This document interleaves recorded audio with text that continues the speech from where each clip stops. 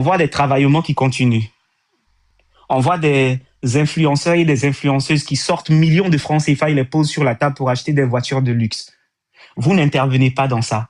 Ça, il n'y a pas de morale dans cette société. Jamais vous n'avez cherché à savoir l'origine de ces fonds qui sont utilisés.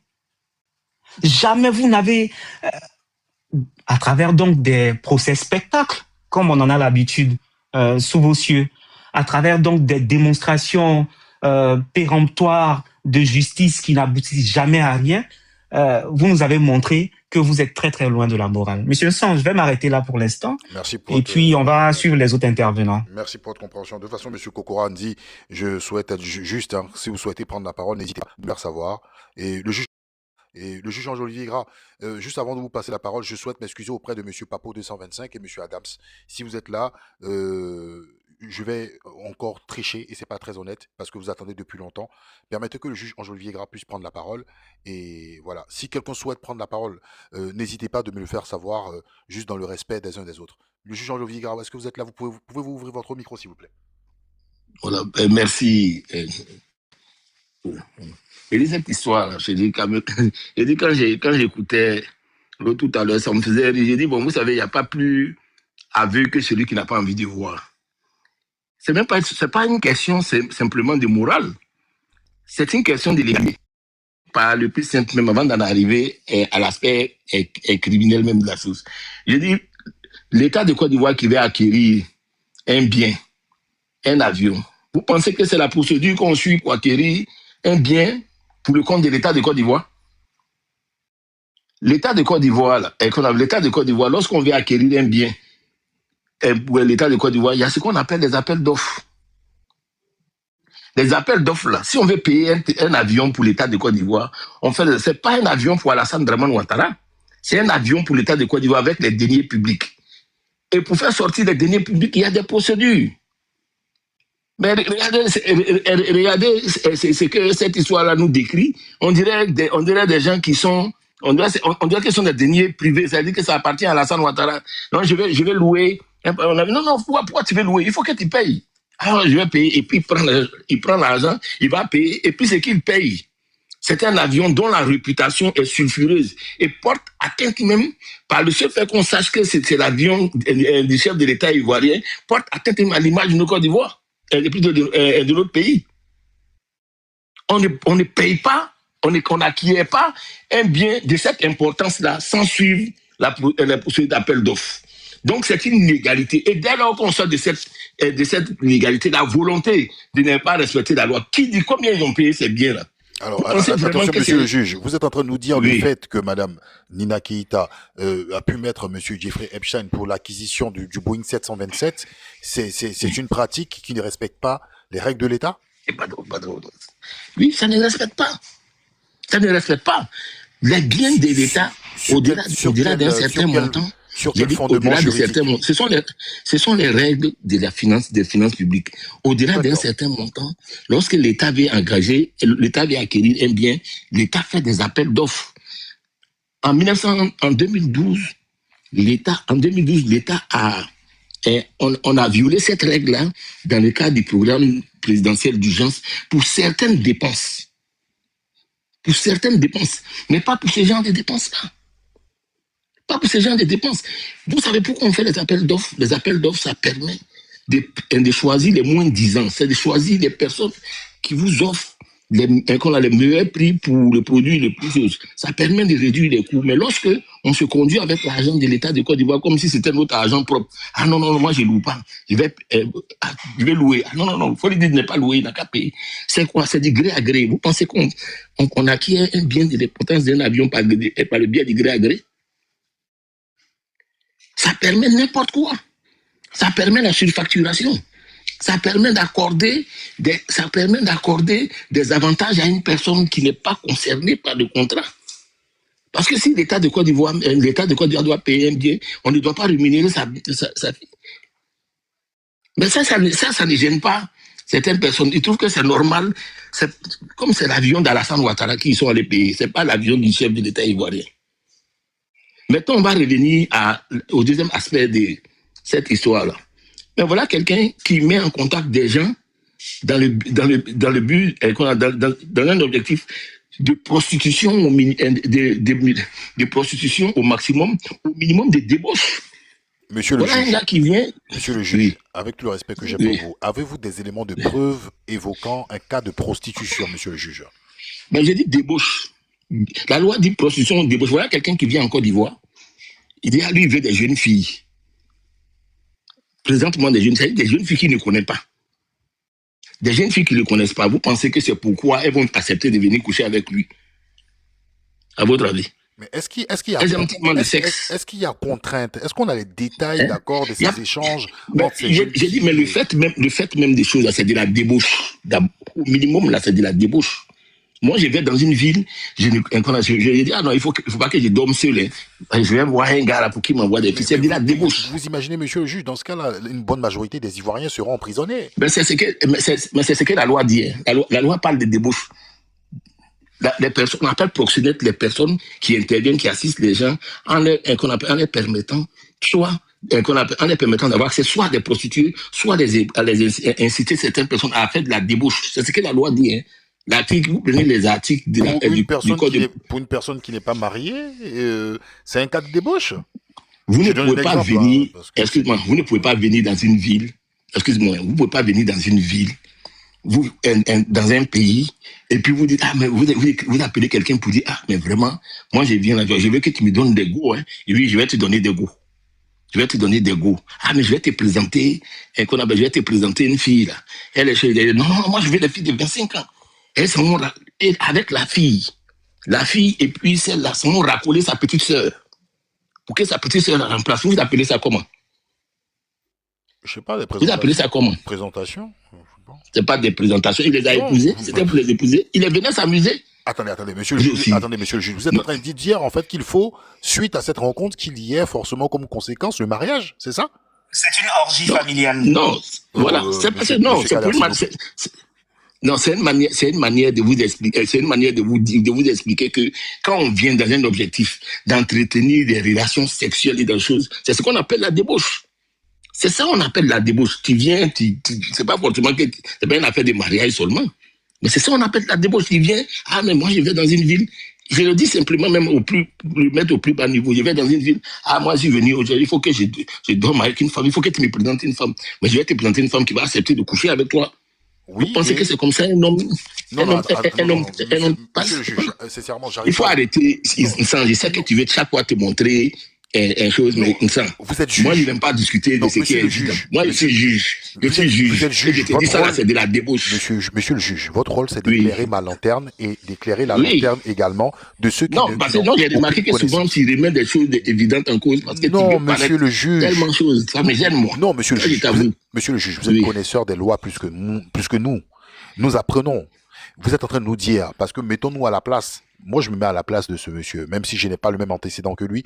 Mais je vais dans une ville et on me présente, par exemple, je demande à ce qu'on me présente une jeune belle demoiselle. Donc, le fait qu'on me présente Oui. cette jeune belle demoiselle, il y a quelque chose qui se passe entre elle et moi, sans Non, contrainte. on- Je non, suis. sans contrainte, c'est je de la suis- débauche.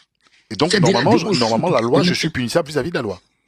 C'est punissable. C'est-à-dire Ah que bah, la là, personne, j'apprends quelque l'intermédiaire, non, l'intermédiaire, pas vous, pas les acteurs, l'intermédiaire, la personne qui sert d'intermédiaire. On Oui. fait du proxénétisme, c'est ça on définit, c'est comme ça on définit le proxénétisme. Le proxénétisme, Ah. c'est pas seulement la prostitution, hein. Ah bah, ça C'est y a pas beaucoup de seulement la proxénètes dans ce cas-là en Côte d'Ivoire. Hein? Il y a beaucoup de proxénètes, ça je suis d'accord avec vous. Il y a beaucoup de proxénètes. Vous savez, les histoires de sexe, on s'est tellement amusé à des inconduites que finalement, des choses les plus anormales, on prend ça comme quelque chose de normal. Où il y a un enfant, vous voyez un jeune homme qui est dans le quartier, là, tout son travail, c'est d'aller chercher des petites pour son boss ou bien quelque chose. Ce qu'il fait là, c'est du proxénétisme. C'est punissable. Dandofou est Et là. c'est qu'elle fait là. Dandofou souhaite monter, hein, parce qu'il y a ta vidéo qui a servi aussi Voilà. d'élément illustratif. Dandofou, Voilà. tu peux monter pour nous apporter quelques éclaircissements. Je vous laisse, monsieur le juge, Voilà. allez-y. Voilà, c'est du proxénétisme. Il n'y a pas de, il y a pas de Pardon, débat je sur ça. sollicite la parole depuis un moment, s'il te plaît. Hein? Merci. Hein? C'est du proxénétisme. C'est du proxénétisme, il n'y a pas de débat sur ça. Mais il faut te demander pourquoi il a quitté les États-Unis juste avant l'arrestation du frère Epstein.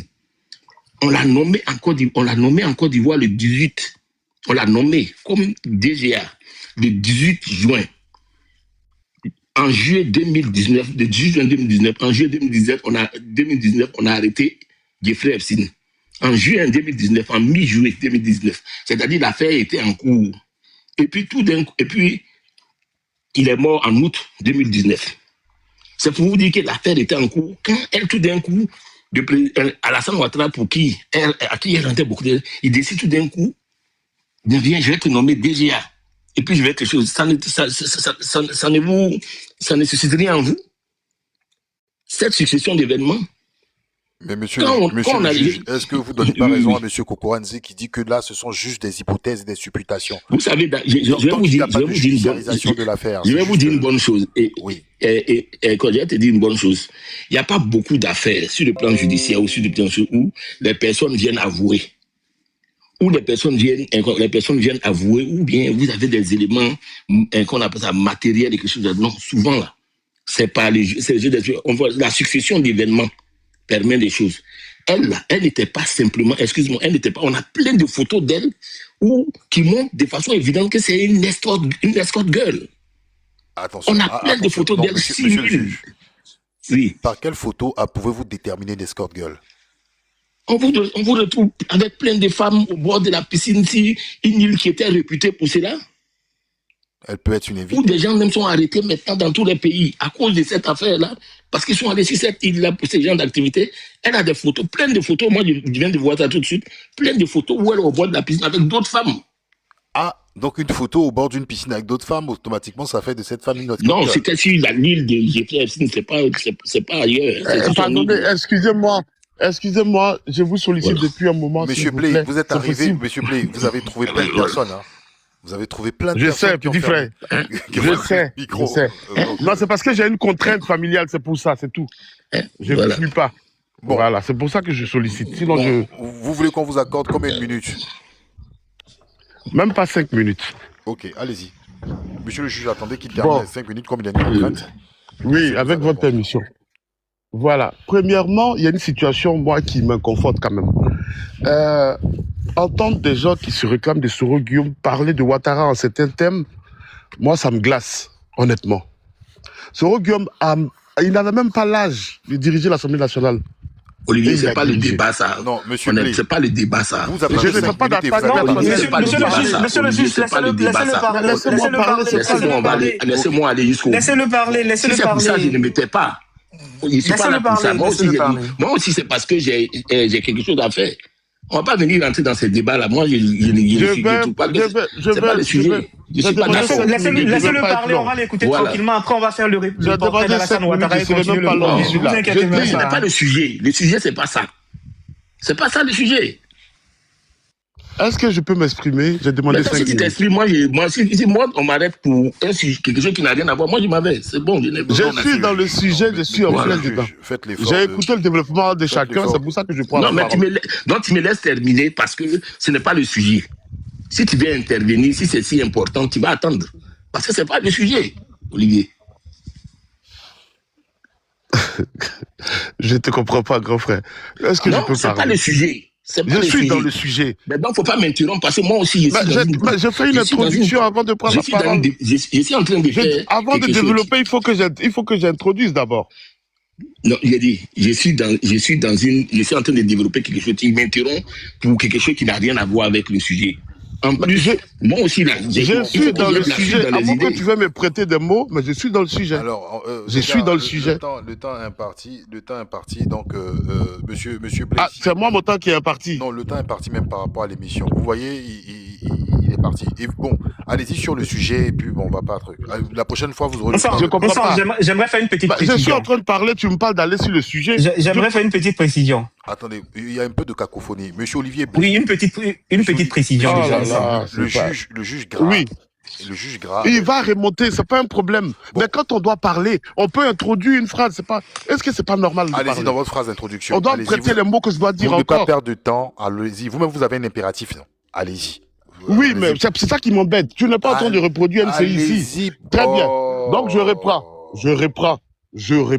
Ok, voilà. 5 minutes. Allez-y. tout ce qu'on reproche aujourd'hui, l'affaire Jeffrey là, qui est en train de faire parler, qui fait jaser, premièrement, c'est pas une affaire américaine, c'est une affaire mondiale. Et le monsieur dont on parle s'est rendu en Côte d'Ivoire. Donc la justice ivoirienne est compétente pour agir vis-à-vis des personnes qu'on a exposées. Mais on n'en est qu'à la moitié, hein, parce que ils n'ont pas libéré tout. Oui, bien On sûr. aura la suite. On aura d'autres noms par la suite. Donc, sincèrement, ceux qui se réjouissent, c'est en cela que je disais que autant Soro que Ouattara sont tous impliqués. Mais comme on m'a pris au mot, on m'empêche de parler. Donc, voilà. Mais je dis très clairement, la justice ivoirienne doit prendre ses responsabilités. Premièrement, Nina Keïta doit être entendue. Et en même temps, il faut arriver à définir le métier des mannequins. C'est quoi le métier des mannequins? Parce qu'avant de chercher, est-ce que c'est ainsi? Et quel rôle on lui a donné? La presse française, américaine dit quoi d'elle? On dit qu'elle a été une entremetteuse. Et les mails qu'on a vus sortir, il y a des échanges où on lui demande de trouver des filles qui ont moins de 25 ans. C'était quoi son rôle pour trouver des filles? Elle a une agence de recrutement de filles à Abidjan. Le problème, il est là. Comme j'ai un impératif, et puis il m'a empêché de parler. On peut soutenir Soro, mais à un moment, il faut accepter que les autres parlent aussi. C'est pas bon. C'est pas bon, c'est étouffant à un moment, c'est pas bon. D'accord, je suis désolé, j'entends que Soro fait de la publicité. Je parle pas, je vous parle pas, mais monsieur. après, c'est pas Soro. Je parle de celui qui m'a Oui, pris au mais mot. bon. C'est un grand Oui, frère bon. pour qui j'ai beaucoup d'estime, mais j'ai pas compris. Bon.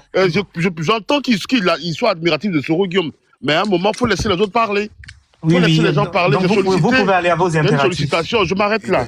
Ok, bonne soirée. Il Bon. va laisser parler. Kader, excuse-moi. Monsieur Olivier Blay, il n'y a pas de souci. La prochaine fois, vous souhaitez passer, n'hésitez pas. Juste, il y a monsieur Papo 225 qui était là, et le juge Olivier Gras, si vous êtes là, vous souhaitez remonter. Et il y a monsieur Samer qui a pris le plaisir de rester avec nous, hein, monsieur Samer. Monsieur Papo, bonsoir. Et puis, monsieur Kokoranzi, n'hésitez pas si vous souhaitez prendre la parole. Également, Soleil. Et j'ai mon invité spécial Dandofou qui est là, que j'apprécie. Je vais mettre un élément par rapport à Dandofou qui m'apporte quelques éclaircissements sur ces éléments. Monsieur Papo, allez-y. Okay, bonsoir à tout le monde, bonsoir monsieur Moussa. J'espère que vous m'entendez bien. Oui, un petit peu de loin, mais ça va, on vous entend. Vous êtes audible. Ok. Ok, d'abord, je voulais dire que l'affaire Epstein, le côté pédocriminel et tout ça, je pense que pour le moment, ça concerne beaucoup les États-Unis. Comme on n'a pas trop d'informations dessus, on ne peut pas vraiment se prononcer de manière objective dessus. Mais les mails qui ont été déclassifiés, ça, on peut considérer ça comme des preuves.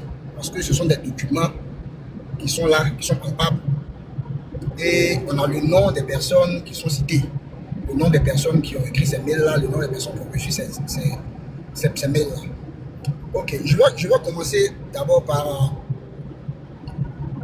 En Afrique, précisément en Côte d'Ivoire, on a un problème.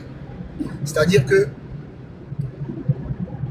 on pense que lorsque on est nommé à une position de responsabilité, c'est le OK pour nous de faire des affaires. Je vais prendre pour exemple le ministre qui a été nommé, j'oublie son nom, je pense que c'est Abraman Sissé, c'est ça? Affirmatif. Qui a été nommé au budget. Bon, moi je ne peux pas concevoir que quelqu'un soit nommé ministre et puisse créer une filiale d'une société privée en vue d'acquérir un marché donné par l'État de Côte d'Ivoire. Il y a un grave conflit d'intérêts.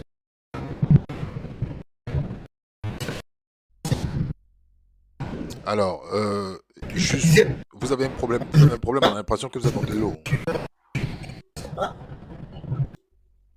Alors, vous avez un problème, on a l'impression que vous êtes dans de l'eau.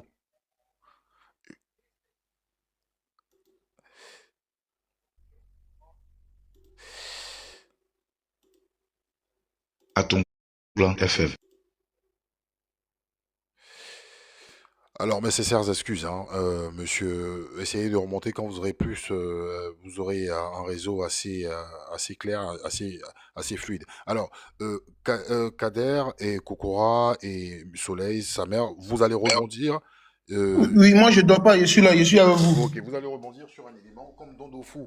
Et je tiens à dire, hein, quelqu'un, j'ai vu dans un commentaire, quelqu'un m'a dit que, Vincent, pourquoi tu accordes autant d'importance à Dondofu? Dondofu est quelqu'un je vous ai dit à l'entame même de cette émission, j'ai précisé, c'est quelqu'un qui a beaucoup de respect pour moi et quelqu'un qui me respecte naturellement, je le respecte. On peut ne pas s'entendre sur des points et je l'ai vu parmi les personnes présentes et j'ai souhaité, parce que j'ai montré sa vidéo, j'ai posé des questions à Monsieur Kokoranzi à ce sujet, qui a dit que lui, il ne souhaitait pas faire de commentaires, mais bon, sur certains points, il n'était pas d'accord avec Monsieur Dondofu.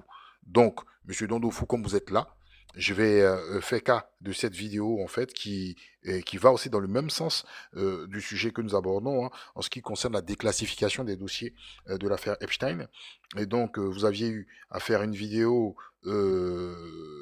assez intéressante, hein, sur les réseaux sociaux, en particulier sur Facebook, qui est à l'instant, hein, depuis 11 heures, à plus de 50 000 vues.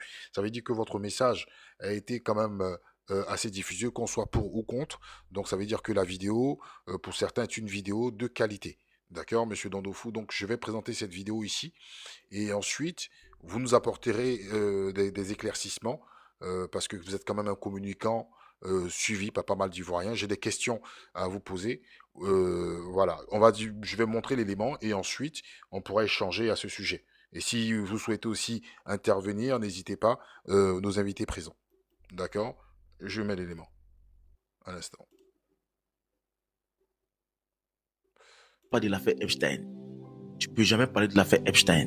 Madame Nina Keita, épouse Camara, DGA de la G-Souci, est citée. Donc tu parles pas de ça. Tu peux pas parler de ça. Je vois en commentaire. Les gars, on va parler de l'affaire Epstein. Madame la directrice générale adjointe, nous allons découvrir quelles sont vos relations avec Epstein.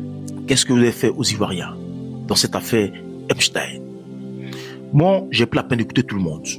On va écouter donc ce français-là. C'est le français que l'AES a embauché pour faire la propagande et bien évidemment attaquer la Côte d'Ivoire. Monsieur Donofou, bonsoir. Je vais vous demander d'ouvrir votre micro. Bonsoir, Vincent Toumbra. Comment allez-vous? Ouais, ça va super bien. Mais avant de prendre la parole, je pense que tu as dit que le doyen Koukouanzi a dit qu'il ne souhaite pas faire les commentaires. Oui, il a dit en toute honnêteté qu'il ne souhaitait pas faire de commentaires sur certains éléments qui étaient abordés dans la vidéo. Non, mais tu sais, d'abord, avant de continuer, oui. la vidéo, j'ai commenté une vidéo que j'ai mise. Tout à fait. Je pense que, voilà, j'ai commenté une vidéo de quelqu'un qui, justement, d'après lui, parce qu'il faisait la propagande. Donc, j'ai pris sa vidéo et j'ai commenté. C'est pas un commentaire qui ressort de moi personnellement. Dans un premier temps, il faut être communicateur, il faut situer le contexte. Donc, c'est un commentaire que vous avez fait? Ouais, j'ai fait un commentaire. Parce que si aujourd'hui, on accule Nina Keita, épouse Camara de toutes parts, il y a des commentaires. Il y a des commentaires. Cette vidéo dont j'ai prise, là, elle a fait pratiquement près de 800 000 vues. Il y a des commentaires. Donc, je suppose que c'est une vidéo qui est virale. Oui. Donc, moi, j'apporte mon commentaire sur cette vidéo, ces deux vidéos précisément. D'accord. Donc, il faut aussi situer le contexte. Parce que ça part d'une vidéo que j'ai commentée. D'accord. C'est pas que j'ai fait un commentaire personnel, mais ça part d'une vidéo. J'ai dit tout simplement que si, après avoir écouté tout ça, vous les Ivoiriens, vous mettez à dos Nina Keita, alors que j'ai fini d'écouter ça et je vois que la dame en question, c'était pour le bien de la Côte d'Ivoire. Donc j'ai commenté une vidéo. C'est pas, mieux qu'on mette et puis point par point. Non, mais je pense que j'étais là en début d'émission, cette émission étant début. J'ai même fait les captures, j'ai fait une vidéo même pour te répondre, mais ça va passer demain. Donc tu la verras. Merci. Voilà, maintenant, faut pas faire une fixation là-dessus, alors que j'ai fait un commentaire. D'accord. Mais c'est un commentaire. Est-ce que vous souhaitez, en fait, moi, si vous me dites ici, monsieur Dandofou, monsieur Nsa Tomblan, je ne souhaite pas qu'on pose des questions sur mes commentaires, je respecte. Non, en fait, le problème, je suis monté. Pourquoi je suis monté? C'est même pas pour cette vidéo que je suis monté. Parce que j'allais faire une vidéo pour te répondre demain. Parce que les lives, moi, j'ai essayé de les stopper compte tenu de mon timing. D'accord. Donc, je suis monté pour te dire, Oui. frère, tu commentes les vidéos des personnes. Je pense que tu dois le faire avec respect. D'accord. Et aussi, tu dois respecter le code de déontologie dans ce domaine-là. Il y a un code de déontologie. C'est vrai, même si c'est pas institutionnalisé, mais quand même, il y a un code de déontologie. Il y a le respect quand même des personnes dont tu commentes les vidéos. Tu as dit des choses qui ne sont pas, voilà, alors que tu sais que toi et moi, il y a un respect mutuel. Tout à fait, c'est ce que je l'ai même dit. Voilà, non, il ne s'agit pas de la communication, il faut la prendre. Ils s'appellent mettre la caméra et puis tu as dit que non, tu es un communicateur. Non, tu sais très bien que je suis un communicant. Donc, il faut respecter au moins ce que je fais. Moi, ça peut dire ça. Maintenant, si tu veux commenter, libre à toi de commenter. D'accord. Mais moi, il faut alors, avant que je puisse reprendre la parole, je tiens devant en fait les 1013 personnes. Si vraiment j'ai été dur dans mes propos et je t'ai offusqué, je te présente mes excuses. C'était pas ça le but. D'accord? Mais comme tu as été blessé dans ton amour propre devant les 1019 personnes, je te présente mes excuses. Maintenant, je repose ma question. Est-ce que Dondofou, ensemble, tu souhaites qu'on puisse échanger sur tes commentaires, oui ou non? Si tu ne le souhaites pas, moi, je ne te pose pas de questions. Ah non, moi c'est fait tard, je vais descendre, mais tu peux continuer le live à commenter. Non, mais c'est parce que tu étais là et tu t'es le concerné. Moi, j'ai voulu qu'on échange là-dessus. Mais si tu es fatigué, je ne vais pas insister. Si tu souhaites te reposer. En fait, on ne pourra pas se comprendre, on ne pourra pas s'entendre parce qu'il y a une fixation de part et d'autre. Chacun a voilà. Moi, je ne ferai pas de fixation. Si tu veux qu'on pose des questions pour éclairer. Parce que, effectivement, ta vidéo en elle-même, elle est bonne. Hein. Tu as donné ton point de vue et tu as la liberté de dire ce que tu penses. Maintenant, si tu penses que tes commentaires, on peut échanger là-dessus, d'accord, en tout respect, comme je viens de le faire, te présenter mes excuses. Il n'y a pas de problème. Je ne te manquerai pas de respect. Mais ce sera des questions. Maintenant, si tu ne souhaites pas, tu es fatigué, tu as le droit de te reposer. Non, je ne suis pas fatigué, hein, frère. Je suis là. On peut parler. Voilà, moi, c'est juste, en fait, c'est un sujet. Je respecte ton point de vue. Comme M. Kokora, il a donné son point de vue, personne n'a manqué de respect. Ici, je demande à ce qu'on se respecte tous, même si, bien évidemment, on a des courants de pensée qui ne vont pas dans le même sens, mais on peut discuter sur des trucs où l'un ou l'autre peut être d'accord ou pas.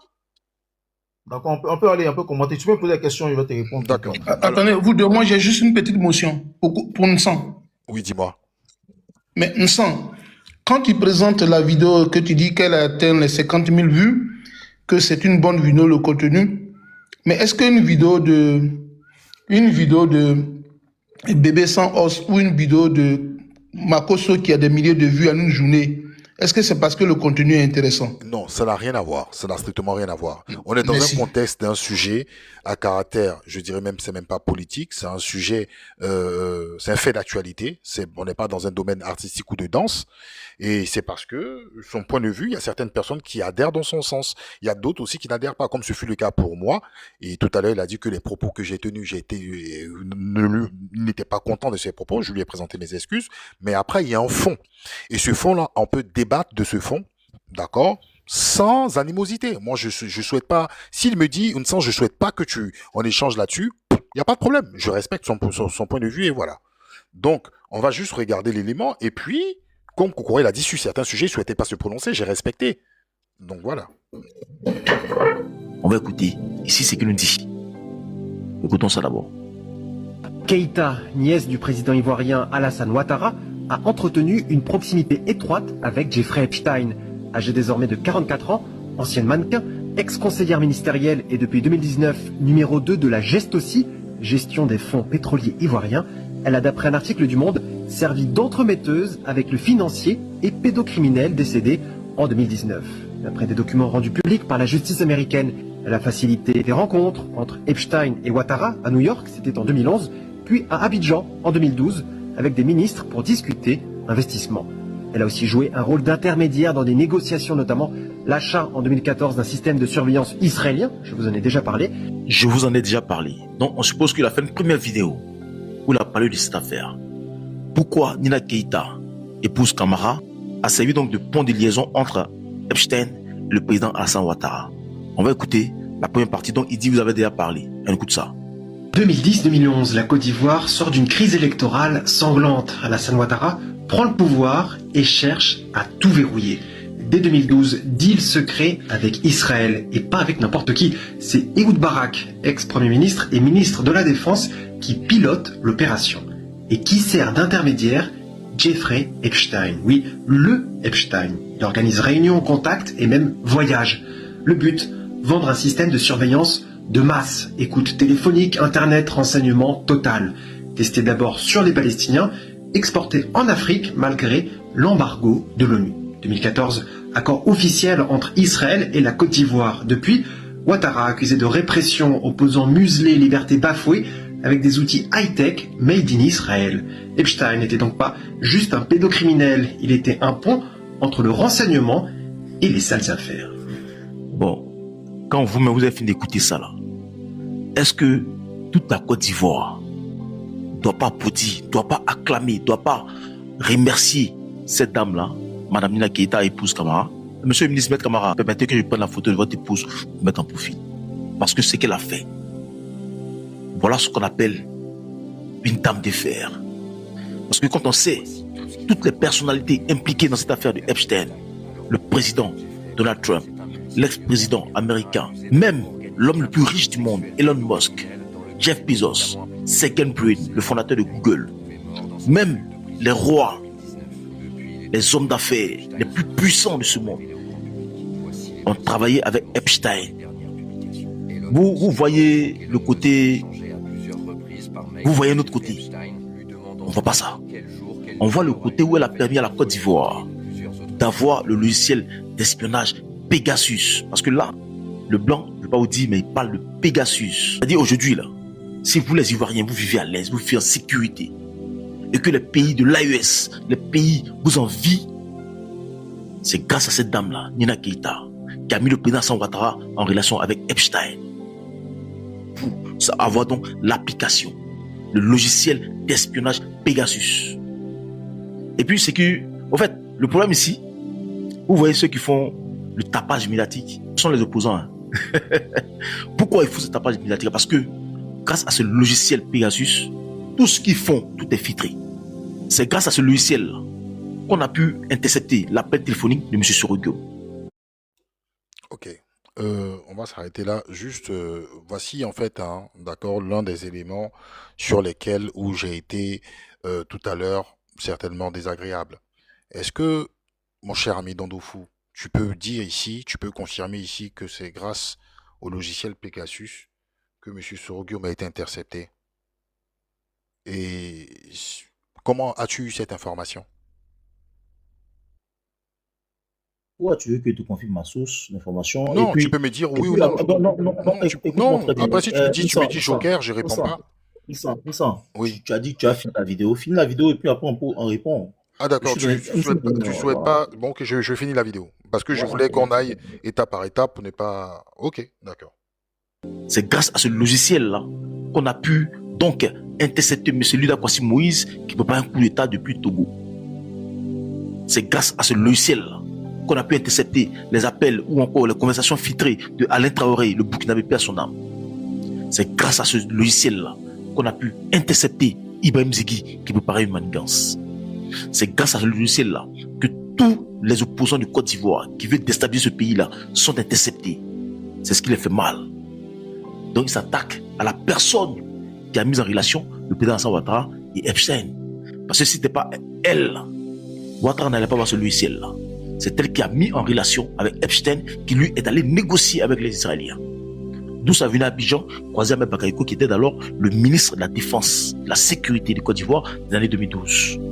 Donc si les Ivoiriens aujourd'hui vivent heureux, vivent à l'aise, c'est grâce à cette dame-là, Nina Keïta, épouse Camara. Mais comme ça fait mal aux opposants, et que c'est cette dame-là qui a permis que Alassane Ouattara déstabilise tous les plans machiavéliques, donc vous acharnez sur elle. Mais acharnez-vous sur toutes les personnalités de ce monde-là. Elon Musk, Tony Blair, George Bush, Donald Trump, Sergey Brin, toutes les grandes personnalités de ce monde étaient à côté de Epstein.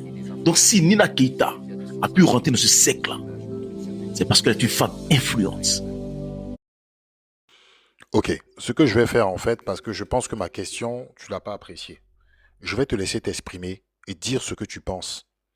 Voilà, par respect. Si tu souhaites que je te pose une question ou qu'une personne puisse échanger avec toi à ce sujet, tu le dis. Mais je te laisse donner ton point de vue puisque tu es l'auteur de la vidéo. Pour ne pas dire que Nsang t'a aidé un traquenard ou dans quelque chose.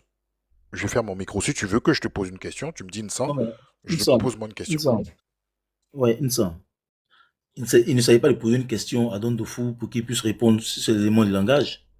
Moi, j'ai fait une vidéo parce que vous avez fait les vôtres, n'est-ce pas? Vous avez fait des vidéos ici en Côte d'Ivoire, plus des milliers. Non, moi, à titre personnel, j'ai pas fait de vidéo spécialement pour ce sujet. Quand il dit vous, c'est pas forcément toi. D'accord. Bon, peut-être que tu peux t'exclure, mais voilà, vous faites des vidéos, n'est-ce pas? Voilà, parce que tout simplement, il y a des fichiers de Epstein qui sont sortis, des conversations de Nina Keita, épouse Camara. Donc, on va parler des squad girls. Ben, il y a quelqu'un qui tout à l'heure sur ton panel qui a parlé on doit redéfinir le métier de mannequin. Sans toutefois savoir que même Ivanka Trump, la conseillère spéciale président américain, était mannequin. La femme de Donald Trump était mannequin. Donc, c'est déjà, aujourd'hui, à cause de cette affaire, vous voulez banaliser le métier de mannequin. Donc, Miss Olivia Yassé, qui est la figure emblématique de la Côte d'Ivoire, est aussi diplômée. Donc, tout ça, vous voulez jeter à l'avenir populaire parce que une affaire a surgi et une personne a eu des conversations, mais des conversations qui sont basées sur quoi concrètement? L'élément essentiel de la rencontre entre Nina Keita, épouse Camara et Epstein. Pourquoi vous n'en parlez pas? C'était donc la cause de ma vidéo. Parce que vous êtes figé sur cette histoire de pédocriminalité. Mais est-ce qu'on parle de pédocriminalité lorsqu'on parle de moins de 25 ans? Moins de 25 ans, on ne parle plus de pédocriminalité. Bon, est-ce qu'on peut te poser une question, s'il te plaît? Non, laisse-moi m'exprimer. Alors, laissez-le s'exprimer tranquillement. Et puis ensuite, vous lui poserez des questions si vous en avez envie, s'il vous plaît. Donc, comme je le disais, vous êtes resté figé sur une histoire de pédocriminalité, alors qu'on sait pertinemment la relation qu'il y a concrètement Epstein et Nina Keita lorsque le président Ouattara est allé aux États-Unis. Bon, en fait, j'ai fait les faits, j'ai commenté sur une vidéo que j'ai postée, que j'ai mise en ligne. Donc, à vous aussi de pouvoir juger la vidéo du français. Bon, maintenant, vous me posez la question. Est-ce que... Bon, posez-moi votre question, j'attends. Voilà, il sait plus quoi. Voilà, bon, je vais vous laisser d'abord poser vos questions et ensuite je poserai, s'il souhaite que je lui pose une question, je lui poserai une question. Monsieur Samer, allez-y pour votre question. Il y a Soleil aussi qui voulait poser une question. Et Kader, n'hésite pas aussi, hein, après avoir écouté l'élément, ou même si Kokora s'il souhaite. Monsieur Samer, allez-y. Bon, déjà, moi, il y a une chose qui m'a vraiment interpellé parce que j'ai entendu, surtout à la fin de la vidéo, où est-ce qu'il a décrit... la dame Nina Keita comme une grande dame, une dame de fer. Donc, et pour la seule et simple raison qu'elle est arrivée à rentrer dans le cercle de infamous Epstein, ok? Donc, selon vous, est-ce que c'est, disons, c'est un grade dont on doit être fier? En ce moment, parce que je n'arrive pas à comprendre. Donc, pour vous, c'est, disons, un qualificatif dont on doit être fier d'avoir été une des personnes qui étaient les plus proches d'Epstein en ce moment, avec tout ce qui s'est dit sur lui, selon vous. Voilà la question. Mon cher ami, c'est parce qu'aujourd'hui, vous savez que Epstein, vous l'avez qualifié comme on dit, les morts ne peuvent pas se défendre, c'est aussi Je ne l'ai pas qualifié. Hein. Non, allons-y, non, laisse-moi poser la question, laisse-moi finir parler. Tu as dit que, parce qu'elle est rentrée dans le cercle restreint de Epstein, non, c'est-à-dire qu'elle est une femme forte. Moi, je vais te ramener la question. Est-ce que toi, tu peux rentrer dans le cercle fermé des milliardaires de ce monde, des personnalités les plus influentes de ce monde? Astaghfirullah, je ne veux pas rentrer dans le cercle d'un pédophile. Non, tu ne peux pas rentrer parce que tu n'as pas les capacités de pouvoir y entrer. Donc, ne pose pas les questions à une personne qui a pu... Non, mon cher ami, on a... Non, mais sérieusement, donc si je comprends bien... Écoute-moi très bien. On est sur TikTok, on a eu se banaliser. Quand le juge sera un homme puissant, un homme fortuné, tu pourras me poser cette question. Non, ok. Donc, pour résumer, selon vous... Ok. Non, attendez. Je veux m'assurer que j'ai bien compris parce que aujourd'hui, vous avez des gens tels que des royautés, des présidents et consorts qui fuient quand on leur dit qu'ils étaient proches d'Epstein, ils te disent que jamais. Et malheureusement pour eux, ok, il y a ce qu'on appelle la VAR qui les a rattrapés. Et c'est la raison pour laquelle ils n'arrivent pas à se détacher de ce lien. Mais vous, aujourd'hui, vous essayez de nous faire croire que toute personne, ok, qui s'est rapprochée d'Einstein, ok, et dans ce cas particulier, on parle de femmes, C'est même pas genre, elle était, jusqu'à une certaine mesure, j'aurais dit que si c'était une politicienne, j'aurais dit que bon, elle a, on pourrait l'appeler criminelle. Parce que là, je dirais que, étant donné que c'est une femme, elle est une potentielle victime. Parce que je vais pas aller trop vite en besogne de lui, En fait, tu sais même pas ce que mais vous nous faites croire. En fait, non, monsieur. Tu prends la parole pour lui, tu sais même pas ce que tu racontes, au fait. Comment ça, je ne sais... Attendez. Donc, si je... Attendez. La parole, non, c'est moi qui ai la parole. C'est une question que tu m'as posée, non. C'est une question que tu m'as posée. Bon, allez-y. Regardez. C'est moi qui ai la parole. Voilà, c'est pas parce qu'aujourd'hui, Jeffrey Epstein n'est plus de ce monde que vous allez le réduire au néant. C'est une personnalité dans ce monde. Un homme qui arrive à avoir un cercle d'amis aussi puissant, je pense que toi, tu ne veux pas t'asseoir sur un panel pour le jeter à l'avenir populaire. S'il vivait, bien évidemment. C'est parce qu'aujourd'hui, il n'est plus ce monde que tu vas sortir pour dire ça foulait. Toi, tu peux rentrer dans un cercle de Jeffrey. C'est quoi les personnes qui souhaitaient rentrer dans son cercle d'amis? Vous voyez, mais monsieur, au fait, vous voyez, ça montre un peu. Le débat est intéressant, les gars. Fermez vos micros. Ça montre un peu le fait que vous êtes prête à tout vendre pour de l'argent, votre dignité et tout. Parce qu'aujourd'hui, vous me dites que parce qu'une personne est riche, malgré le fait que vous sachiez que c'est un pédocriminel, bon, qu'est-ce que tu appelles peu importe. Bon, ici, là, est-ce qu'en ce moment, il y a un doute sur sa pédocriminalité? Mon cher ami, non, je vous pose la question. Une question, prenez la peine de l'écouter aussi. Donc, écoutez-moi, mais c'est pas, tu me laisses pas parler. Bon, le mail que tu as vu, quand on dit, il a dit, vous dites moins de 25 ans. Est-ce que moi, tu ramènes à ce... Est-ce que moins de 25 ans... Non, monsieur, je vous ai posé une question à laquelle vous n'avez même pas répondu. Moi, je ne vous parle pas du mail. Je vous parle du contexte. Parce qu'aujourd'hui... Non, attendez. La conclusion que vous avez tirée, selon laquelle, ok, Madame Nina Keïta est une grande dame, est une dame de fer. Sachons ce qu'on sait en 2025. Parce que si vous auriez dit ça en 2007, en 2006, jusqu'à une certaine mesure, je vous aurais concédé ça. Je dirais même en 2012, 2013. Parce que, non, attendez. Arrête de brouiller les pistes. Hein? Je brouille quelle piste? La question que je vous ai posée, elle est très simple. Et vous essayez de me faire croire que je m'en ai fait, le frère. Non. Je vous ai posé une question simple. Non, répondez à la question. Vous êtes fier. On va pas s'énerver. Monsieur Samer, vous savez que quand plus vous parlez, plus ça l'énerve. Ça l'énerve M. Dandofou. Parce que M. Dandofou il veut parler aussi. Moi, je ne veux pas que ce soit, attends, Dandofou, je ne veux pas que ce soit un tribunal contre Dandofou. Je tiens à le dire. C'est pas un tribunal. C'est un échange. Parce que moi, j'aime pas. Je l'ai vu, c'est moi qui l'ai invité. Je pouvais l'éviter. Et je sais que c'est quelqu'un, je l'ai dit, il a beaucoup de respect pour moi. Et il m'a fait savoir qu'il n'a pas apprécié mon commentaire. Et c'est pour cela que je me suis permis de m'excuser devant tout le monde. Donc, je ne veux pas que ce n'est pas une émission spéciale contre Dandofou. Moi, ici, j'interroge tout le monde. Donc, prenons la peine quand on pose une question, on ferme notre micro, il parle, qu'on soit d'accord ou pas, et on avance. D'accord, monsieur Samer, c'est pas une remontrance vis-à-vis de vous, hein, mais je fixe les règles pour que tout le monde puisse se comprendre. Allez-y, monsieur Dandofou, répondez à ce qu'il a dit et on va avancer sur les questions. Monsieur, merci Vincent. Monsieur Samer, je pense que sortez de vos émotions. Vous savez, moi j'ai fait ma vidéo, j'ai même pas accès même sur la pédocriminalité. C'est-à-dire, vous avez passé plus d'une semaine à parler de la pédocriminalité parce que elle était entremetteuse. Selon vous, hein, parce que vous n'avez aucune preuve d'ailleurs, parce que c'est des mails, c'est des choses du mail, vous n'avez aucune preuve qu'elle a donné des filles à truc. Voilà, c'est des mails. Donc, vous n'avez pas de preuve pour certifier qu'elle a donné X à telle personne, ou bien X à Jeffrey, ou bien Y à Jeffrey. Vous n'avez pas de preuve. Vous restez dans la spéculation de mails. D'après vous, mails que vous n'avez même pas la véracité. Vous écoutez les médias dont vous n'avez même pas les preuves de ces mails. Ça, c'est ce qu'on vous concède.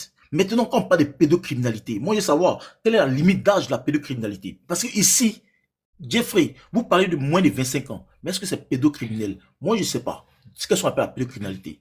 Mais moi, ma vidéo, je l'ai axée sur un point très essentiel. La sécurité de la Côte d'Ivoire. On sort d'une crise 2010-2011. Le pays est en lambeaux. Instabilité sécuritaire oblige. Le président Alassane Ouattara se doit de prendre des mesures régaliennes. Parce qu'en 2011, la NSA a mis sur écoute les Américains et même 5 pays dans ce monde. La NSA. Tous les pays du monde On est service de renseignement. Monsieur, vous savez que c'était de façon illégale d'ailleurs. Monsieur Samer, vous me laissez pas parler. Si vous parlez, moi, descends tranquillement. Voilà. Alors, monsieur Samer, faites l'effort de l'écouter. Et puis, Dondo Foussi, franchement, Dondo Foussi, t'as pas envie d'échanger. Dis-le-moi, tu descends. Non, mais voilà, moi, je ne t'oblige pas. Je ne t'oblige pas. Mais quand je parle, en fait, voilà. Quand je parle, parce que j'ai l'impression que ma vidéo, en fait, vous voulez continuer, vous voulez détourner ma vidéo. Non, ma vidéo, non. Je vais pas faire... Non. Si on veut détourner ta vidéo, on n'allait pas te poser des questions. Tu vois? Voilà. Non, je suis en train d'être clair là-dessus. Je dis, la vidéo que j'ai fait ce matin n'est pas axée sur la pédocriminalité. Donc, si vous voulez parler de pédocriminalité, c'est pas avec moi que vous allez faire ce débat-là. Moi, j'ai axé ma vidéo sur l'aspect sécuritaire de la Côte d'Ivoire. Maintenant, si, au niveau sécuritaire, ce que la dame a fait, c'est mauvais, là, on peut en débattre. Parce que là, à l'entame de ton émission, tu as dit que c'est interdit par la loi. J'ai dit, ok. Il a écouté pleinement. Et moi, j'ai trouvé des éléments de réponse pour toi. Mais lorsque les États-Unis d'Amérique espionnent les populations, lorsque les Chinois espionnent les populations, quel est le rôle de la NSA? Quel est le rôle de la NASA? Dans tous les services d'enseignement du monde, même la Mossad. Mais parce que il y a le terrorisme qui règne en maître absolu dans le monde entier. Il faut trouver des mesures pour pouvoir donc défendre, protéger sa population. Si vous n'avez pas pu être capable de sécuriser les populations ivoiriennes et que le monsieur, lui, se sent capable de sécuriser sa population, mais pourquoi l'en vouloir? Parce que vous voulez qu'il fasse comme vous? Non, mais il ne peut pas faire comme vous. Parce que lui, il a promis, juré, de protéger les populations ivoiriennes. Il se donne tous les moyens possibles pour protéger les populations ivoiriennes. Mais en quoi est-ce que c'est méchant pour vous? Mais parlons d'écoute téléphonique. Mais les entreprises de téléphonie mobile mettent tout le monde sur écoute, non? Tous les appels sont enregistrés dans les backstage des entreprises de téléphonie mobile. Non, est-ce que c'est un crime? Non, c'est pas le cas. Non, est-ce que c'est un crime? Non, les entreprises de téléphonie mobile n'enregistrent pas toutes les écoutes. Mais c'est un crime s'ils le font. Bien sûr que c'est un crime. Samer, attends, j'échange avec Dondofou. Parce que là, on rentre dans un aspect sécuritaire. Et je tiens à préciser à tout le monde, tous ceux qui veulent échanger avec Dondofou, n'allez pas sur le volet de la pédocriminalité. Vous restez sur le sujet de sa vidéo. Il a parlé de l'aspect sécuritaire. On va rester sur l'aspect sécuritaire. Dondofou vient de poser... C'est bien clair. C'est ce que je voulais signifier. Voilà. Merci. Dondofou vient de préciser. Est-ce que les sociétés de téléphonie mobile enregistrent tous les appels? Je dis à Dondofou, c'est illégal. Mais attends, quand on parle d'enregistrer, c'est à quelle fin? Alors, l'enregistrement c'est très intéressant. Mais, voilà, il y a les décrets pour ça. Il y a un décret pour ça. Il n'y a pas de décret. C'est une autorisation faite par un juge si une personne est ciblée.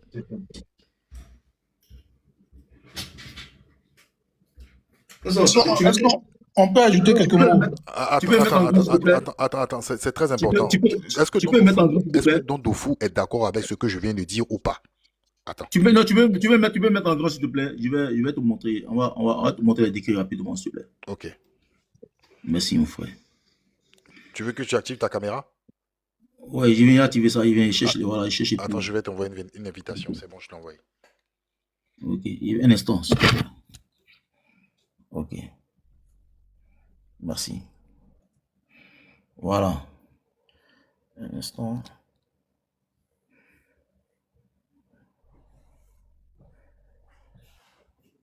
Voilà. Bon, ok. Tu vis en France, hein? Tu vis en France et tu me contredit si c'est faux, hein? Vas-y. Ok, tu vois bien, c'est bien mentionné, hein? Tout à fait. République française. Légifrance. Ok. Décret numéro 2006-358 du 24 mars 2006 relatif à la conservation des données de communication électronique. On va lire ensemble ici. À l'article 10, voilà, 14, chapitre 2. Pour les activités de téléphonie, les opérateurs peuvent conserver, outre les données mentionnées, les données à caractère technique relatives à la localisation de la communication, à l'identification et des destinataires de la communication des données permettant d'établir la facturation. C'est-à-dire quoi? Pour les facturations, les entreprises, voilà, c'est mentionné, hein, le décret il est là, hein, si tu peux le lire. Voilà, le décret numéro 8, 2006-358, voilà, à la conservation des données des communications électroniques. Parce que voilà, il est long, tu peux lui. D'accord. Fais ma caméra. Ok, merci en tout cas pour avoir présenté ton élément, ton Dofou. Maintenant, l'élément que tu viens de présenter là, c'est lié, d'accord, c'est lié à ce qu'on appelle des réclamations téléphoniques. Et c'est un décret. Ça, Non, mais attends, s'il te plaît. Oui, Attends, c'est un décret. D'abord, en France, c'est pas un décret ivoirien. Si j'avais connaissance d'un décret ivoirien, je l'aurais mentionné tout à l'heure. Est-ce que tu as un décret ivoirien parlant de la conservation des conversations téléphoniques et des données électroniques? Tu peux ouvrir ton micro. Ouais, attends, je l'ai pas à l'instant, mais je te le cherche rapidement. D'accord. Est-ce que tu as eu vent d'un décret à ce sujet en Côte d'Ivoire? Je te l'envoie, je te cherche. Voilà. Ici, toutes les communications, toutes les téléphonies mobiles de Côte d'Ivoire conservent des données de communication. Au cas où le juge aura besoin de preuves, il peut aller saisir. C'est un décret ou c'est un article de loi? Bon, je ne sais pas si c'est un décret, c'est un article de loi, je ne pourrais pas en dire plus. Donc, je peux vous compléter, hein, si vous me donnez la parole. J'ai juste une question. Bonsoir Tania, déjà, bonsoir. Bonsoir. Conserver et puis espionner, c'est pareil? Non, c'est pas pareil. Non, la conservation. Ah, ok, d'accord. Parce que ce qu'il a montré, c'est conserver. Et là, on parle d'espionner. On parle d'espionner. Bégasus, c'est pour espionner. Ah, ok, d'accord. Kokora, moi, je vais compléter Dofou. Dofou, je vous complète. Est-ce que je peux juste avoir un peu de parole? Monsieur Dofou. Oui. En attendant qu'il trouve, je peux parler. Oui, je fais juste mon intervention qui ne va pas durer. Monsieur Dofou a dit la Côte d'Ivoire doit être reconnaissante à l'égard de Nina Keïta. Il dit la Côte d'Ivoire doit la remercier. Oui, la Côte d'Ivoire doit la remercier si on emploie donc le sens du mot remercier. Il y a remercier pour dire poliment refuser. Il y a remercier pour dire congédier la personne, renvoyer, licencier. Maintenant, quand on écoute la vidéo de M. Dofou, je pense que lui, il dit remercier dans le sens de la reconnaissance. Mais M. Dofou, qui a parlé tout à l'heure de l'éthique et de la déontologie de la communication, dans sa vidéo lui-même qu'il a produite, on peut porter quand même plainte à M. Dofou. M. Dofou dit Ahmed Bakayoko était ministre de la Défense. Dans la vidéo. Non, il a dit de l'intérieur. Au moment, non, je viens. Au moment de l'arrestation, oui, de Lida Kwasi et les autres. Mais Lida Kwasi a été arrêté le 8 juin 2012. M. Ahmed Bakayoko était ministre de l'Intérieur. M. Ahmed Bakayoko est devenu ministre de la Défense après les événements de Bouaké le 8 mai 2017. Remaniement ministériel est congédié donc du poste du ministre attaché de Défense. M. Alain Donwayi est nommé Ahmed Bakayoko ministre de la Défense. On est d'accord, M. Dofou? Dofou, est-ce que vous êtes d'accord avec? Oui, tu parles de quoi? Que Ahmed Bakayoko n'était pas ministre de la Défense. Dans votre vidéo, vous avez parlé au moment où on a arrêté Lida Kwasi. Ministre de la Sécurité. Non, vous avez parlé ministre de la Défense. Peut-être qu'il y a eu des erreurs. On va continuer. Je vais encore dire autre chose. Vous voyez, M. Dofou nous dit une chose ici. Et il dit qu'il a des sources que la Côte d'Ivoire, M. Lida Kwasi, les opposants seraient donc arrêtés en Côte d'Ivoire par rapport à un logiciel qui a été mis en place. M. Dofou se refuse quand même de nous donner la source de ces informations, alors que les faits qu'il cite sont quand même des faits gravissimes. Accuser des personnes à avoir des sources d'information, alors que M. Dofou n'a nullement qualité de juge d'instruction ou d'une autorité établie en Côte d'Ivoire. Mais il connaît faits et gestes des personnes qui ont été donc arrêtées via écoute par un logiciel en Côte d'Ivoire. M. Dofou, comme la Côte d'Ivoire est une Côte d'Ivoire qui vous appartient, ces personnes malheureusement ne pourront pas donc essayer une action en justice à votre égard. Revenons à l'effet de l'écoute que vous avez mis, Légifrance. Ici en France, quand vous partez sur un site officiel pour une offre d'emploi, on vous dira que de consentir, de donner votre consentement ou soit d'accepter quand vous voulez que votre donnée soit conservée pendant une durée d'années, 3 ans, voire 4 ans. Et donc, quand vous donnez votre OK, à la date d'anniversaire, on vous envoie un mail pour dire est-ce que vous voulez toujours qu'on conserve votre mail ou vos données personnelles. Vous pouvez donc décliner. C'est ce qu'on appelle la conservation des données. Avoir la base de données des informations de communication ne veut pas dire écoute téléphonique. Dans le cadre d'une écoute téléphonique ou d'un espionnage d'une affaire judiciaire, il y a une autorité qui est assermentée. L'autorité qui est assermentée, c'est le procureur de la République. C'est le procureur de la République qui donc, lors d'une instruction, d'une ouverture d'enquête, va saisir un cabinet d'un JI, juge d'instruction, qui conviendra donc avec la police, les officiers de police judiciaire, à ce que les documents de la personne mise en cause ou du prévenu en garde à vue puissent voir ces documents mis sur scellé. Que sa personne n'aura plus désormais son téléphone, n'aura plus ton ordinateur, n'aura plus droit à un certain nombre de choses pour une enquête en cours. C'est à ce moment-là que l'officier de police judiciaire, via le cabinet du juge d'instruction, vont donc saisir le fournisseur téléphonique. Et donc le fournisseur téléphonique, pour dire, dans le cadre d'une enquête, telle enquête, nous allons avoir recours à votre base de données pour qu'on écoute les personnes. Et donc l'écoute téléphonique coûte très cher en France. C'est ce qu'on appelle des personnes mises sur fichier S. Toute votre communication sera entrecoupée pour que vous soyez géolocalisé. Si cela est fait à votre insu, ce n'est pas une règle à la loi. C'est ce qu'on appelle outrage à la loi. Et ça peut donc entraîner ce qu'on appelle erratum ou vice de procédure. Et à ce sens-là, si votre cabinet d'avocat est donc saisi, vous pourrez donc annuler la poursuite à votre égard.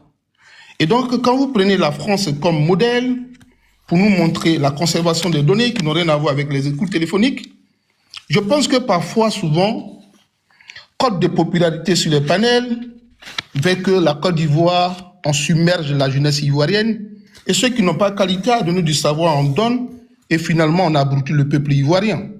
Vous êtes un gros communicant. Non, il faut souvent s'inscrire aussi sur cette chose. Non, pourquoi c'est grave comme ce qu'il dit dans la vidéo? Non, c'est pas Kokora qui parle. Non, c'est pas Kokora qui parle. C'est pas Kokora qui parle. C'est monsieur Dandofou qui parle. Merci pour ton éclairage, Soleil. Non, attends, un instant. Je vais rebondir rapidement, s'il te plaît. Je permets que tu rebondis, mais attends, un instant, Dandofou. Un instant. Je veux juste savoir, est-ce que Dandofou, tu as retrouvé le décret ou la loi concernant le cas de la Côte d'Ivoire d'abord? Concernant... Je ne l'ai pas encore retrouvé. Ok. Non, comme toi, je vais retrouver. Ok. Maintenant, il a dit des choses, tu vois.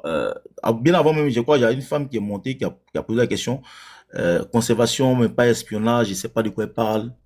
Qu'un pays ne doit pas faire espionnage. Elle évoquait le logiciel, en fait, Pegasus, en gros. Voilà. Mais attends, mais le logiciel Pegasus, là. Bon, en fait, Pegasus, là, c'est un logiciel que tous les pays ont payé, ont acheté, non?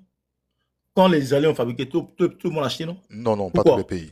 Parce que, non. Pas tous les pays, certains pays. Calme-toi, tu peux te calmer. Non, tu poses une question. Voilà, plusieurs pays l'ont acheté, non? Donc, c'est pour dire quoi? C'est légal. Maintenant, nous sommes dans une ère où il y a le terrorisme qui supplante. Si tu n'es pas à la pointe de la technologie, ton pays, rapidement, sera submergé par le terrorisme. Maintenant, quand vous parlez de espionnage, de quoi vous parlez? Même en grand, s'il te plaît. Même en grand. Et puis, active ma caméra, s'il te plaît. On va écouter ça. Parce que la dame est venue parler, c'est pas de quoi elle parlait, mais on va écouter ça. Elle parle d'espionnage. Écoutons ça rapidement. La NSA peut enregistrer tous les appels téléphoniques passés dans un pays. C'est ce que révèle le Washington Post qui s'appuie sur des documents d'Edward Snowden. En 2009, l'agence américaine de renseignement a lancé un système de surveillance baptisé Mystique, capable d'enregistrer et de conserver toutes les conversations téléphoniques passées dans un pays. Ce programme, devenu opérationnel en 2011, a permis à la NSA de mettre sur écoute un pays entier. À la demande des autorités américaines, le quotidien a décidé de ne pas le nommer. Les conversations interceptées sont dans un premier temps stockées sur une période de 30 jours. Mystique se double d'un autre programme, Rétro, qui permet de fouiller dans cette masse de données et éventuellement de remonter dans le temps en retrouvant des conversations interceptées précédemment. La NSA ne commente pas pour l'instant ces révélations, mais réaffirme que sa mission consiste précisément à identifier d'éventuelles menaces. Ok. Donc là, nous étions en 2000. Tu peux vous faire ma caméra? Voilà, c'est ce que j'allais demander. Ok. Voilà, nous étions en 2011. Et c'est à partir de là que Pegasus est né, en 2013, qui a commencé à être commercialisé en 2011. Parce que tous les pays voulaient se mettre à la pointe de la technologie. Aujourd'hui, vous êtes choqués parce que la Côte d'Ivoire a Pegasus. Vous êtes choqués. Mais pourtant, la Côte d'Ivoire se doit, avec tous les menaces djihadistes qui ont tout le territoire ivoirien, mais la Côte d'Ivoire se doit de se doter des moyens de surveillance, des moyens de protection de son territoire. Mais comme aujourd'hui, vous êtes choqués, espionnage, parce que ça vous choque, parce que Alassane Ouattara l'a fait. Et moi, j'assume mes dires, j'assume mes propos. On n'en déplaise à qui que ce soit. Maintenant, ce monsieur qui parle de plainte là, moi j'attends ta plainte. Tu me parles de quoi? C'est interdit, c'est pas interdit pour une nation. Même moi en grand même. En fait, le débat, c'est plaisant, hein. Même moi en grand. Alors, quand je parle, attends. Même moi en grand, je vais finir. Non, attends, s'il te plaît, j'ai une question. Avant de te mettre en grand, je veux savoir, est-ce que l'élément que tu viens de montrer, il est légal ou il est illégal? L'action même, en fait, d'accord, l'élément que tu viens de présenter, quand on parle de l'action du NSA, qu'est-ce que tu as compris? Est-ce que c'est une action qui est légale ou illégale? Mais c'est une action qui est légale, bien évidemment. Qu'est-ce que les Américains ont dit? Non, c'est illégal. Non. Nous tous, on a subi cette info. Attendez. Peut-être calmer, c'est pas cette info. Moi, j'ai une question. Écoute, non, mais ma chère amie, c'est pas à toi il parle. Les Américains disent, eux pour eux là, c'est pour la sécurité de leur pays. Est-ce que c'est... Point final. Non, je pense qu'en fait, l'élément, excuse-moi, hein, avec tout le respect que j'ai pour toi, je pense que tu n'as pas compris. En fait, c'est comme une fuite. Attends. C'est suite à l'affaire. Oui, c'est bien évidemment Edward Snowden qui a révélé. Mais le NSA n'a pas reconnu avoir fait ce qui est dit par Snowden. Et le NSA, dans l'élément que tu viens de montrer, si tu veux, tu peux remettre. En fait, eux, ils disent ils ont pour rôle de sécuriser, les États-Unis. Mais ils n'ont pas confirmé les dires de M. Snowden. L'élément que tu veux montrer. On va réécouter. Ça va bien compris. Ça va bien compris. Non, remets l'élément, on va tous écouter ensemble. Voilà, on va réécouter ensemble. Même en grand. Non, on écoute, même on entend. Si tu veux. Non, mais il y a des images que tu dois voir, au fait. Voilà, non, les images, on a vu, mais c'est pas nécessaire. On écoute l'élément. C'est bon, on écoute l'élément. Vas-y. On y va. La NSA peut enregistrer tous les appels téléphoniques passés dans un pays, c'est ce que révèle le Washington Post qui s'appuie sur des documents d'Edward Snowden. En 2009, l'agence américaine de renseignement a lancé un système de surveillance baptisé Mystique, capable d'enregistrer et de conserver toutes les conversations téléphoniques passées dans un pays. Ce programme, devenu opérationnel en 2011, a permis à la NSA de mettre sous un pays entier. À la demande des autorités américaines, le quotidien a décidé de ne pas le nommer. Les conversations interceptées sont dans un premier temps stockées sur une période de 30 jours. Mystique se double d'un autre programme, Rétro, qui permet de fouiller dans cette masse de données et éventuellement de remonter dans le temps en retrouvant des conversations interceptées précédemment. La NSA ne montre pas pour l'instant ces révélations, mais réaffirme que sa mission consiste précisément à identifier d'éventuelles menaces. Alors, cher ami, tu viens d'écouter la fin. Le NSA, n'a pas souhaité même commenter cette information et a dit simplement qu'ils ont pour rôle de protéger les États-Unis. Oui. Donc, ils n'ont pas dit que les révélations de Snowden... Ça existait ou pas? Ça n'a pas existé? Non, attends, c'est pas ce que je suis en train de dire. Non. Si tu me présentes un élément, s'il te plaît. Ça existait ou pas? Moi, je pose la question. Mais c'est illégal. En fait, je suis en train de dire que l'élément... Dondofou. Essayons de nous comprendre. Tu me fais écouter un élément. Dans cet élément... Attends, s'il te plaît. Dondofou, s'il te plaît. Tu me fais écouter un élément. On est 1080 personnes. L'élément que tu fais écouter, dans cet élément-là, la NSA ne confirme pas les révélations de Snowden. Il dit simplement, nous, notre rôle, c'est de protéger les États-Unis. C'est ce que j'ai entendu. Peut-être toi, tu as entendu autrement. Je ne veux pas mettre tes propos en doute. Mais tu sais, comme on est sur un panel et il y a plusieurs personnes, permet que chacun puisse dire son mot et tu vas dire ton mot si tu veux ton mot de fin, si tu n'es pas envie de Attends, si je peux réagir, si tu permets. Hein. Ok, Kokora, ce qu'on va faire. Kokora, ce qu'on va faire, tu peux réagir. Il y a Kader qui a fait sa demande, il va réagir et tu réagiras. D'accord? Tania, ensuite, tu pourras rebondir sur le sujet. Kader, vas-y. Très bien, c'était un peu laborieux parce que j'ai vu les éléments de preuve à charge ou à décharge qui ont été présentés tout à l'heure. Je n'ai pas trouvé non seulement de pertinence, surtout dans le document de Légifrance, parce que ce document-là évoque des positions de géolocalisation et non l'enregistrement d'écoute téléphonique qu'on va stocker quelque part. C'est pas ce qui est dit dans ce document-là. Je mets quiconque au défi.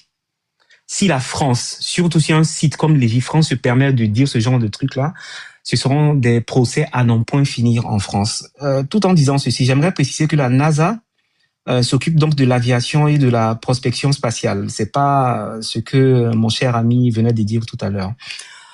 On peut pas mettre 65 millions pour le cas de la France d'habitants sur écoute et conserver ces données-là de façon technique, c'est impossible. On ne sait pas quels sont les serveurs qui vont prendre pour écouter toutes ces personnes-là. Donc, quand on prend ce genre d'argument qui ne tient pas la route, c'est essayer de jeter une forme de psychose donc sur les populations ivoiriennes, d'autant plus que depuis qu'on attend le décret ou l'article de loi qui dit qu'il faut mettre tous les Ivoiriens sur écoute, on n'a pas encore retrouvé cet article-là. En disant ceci, je veux préciser une chose.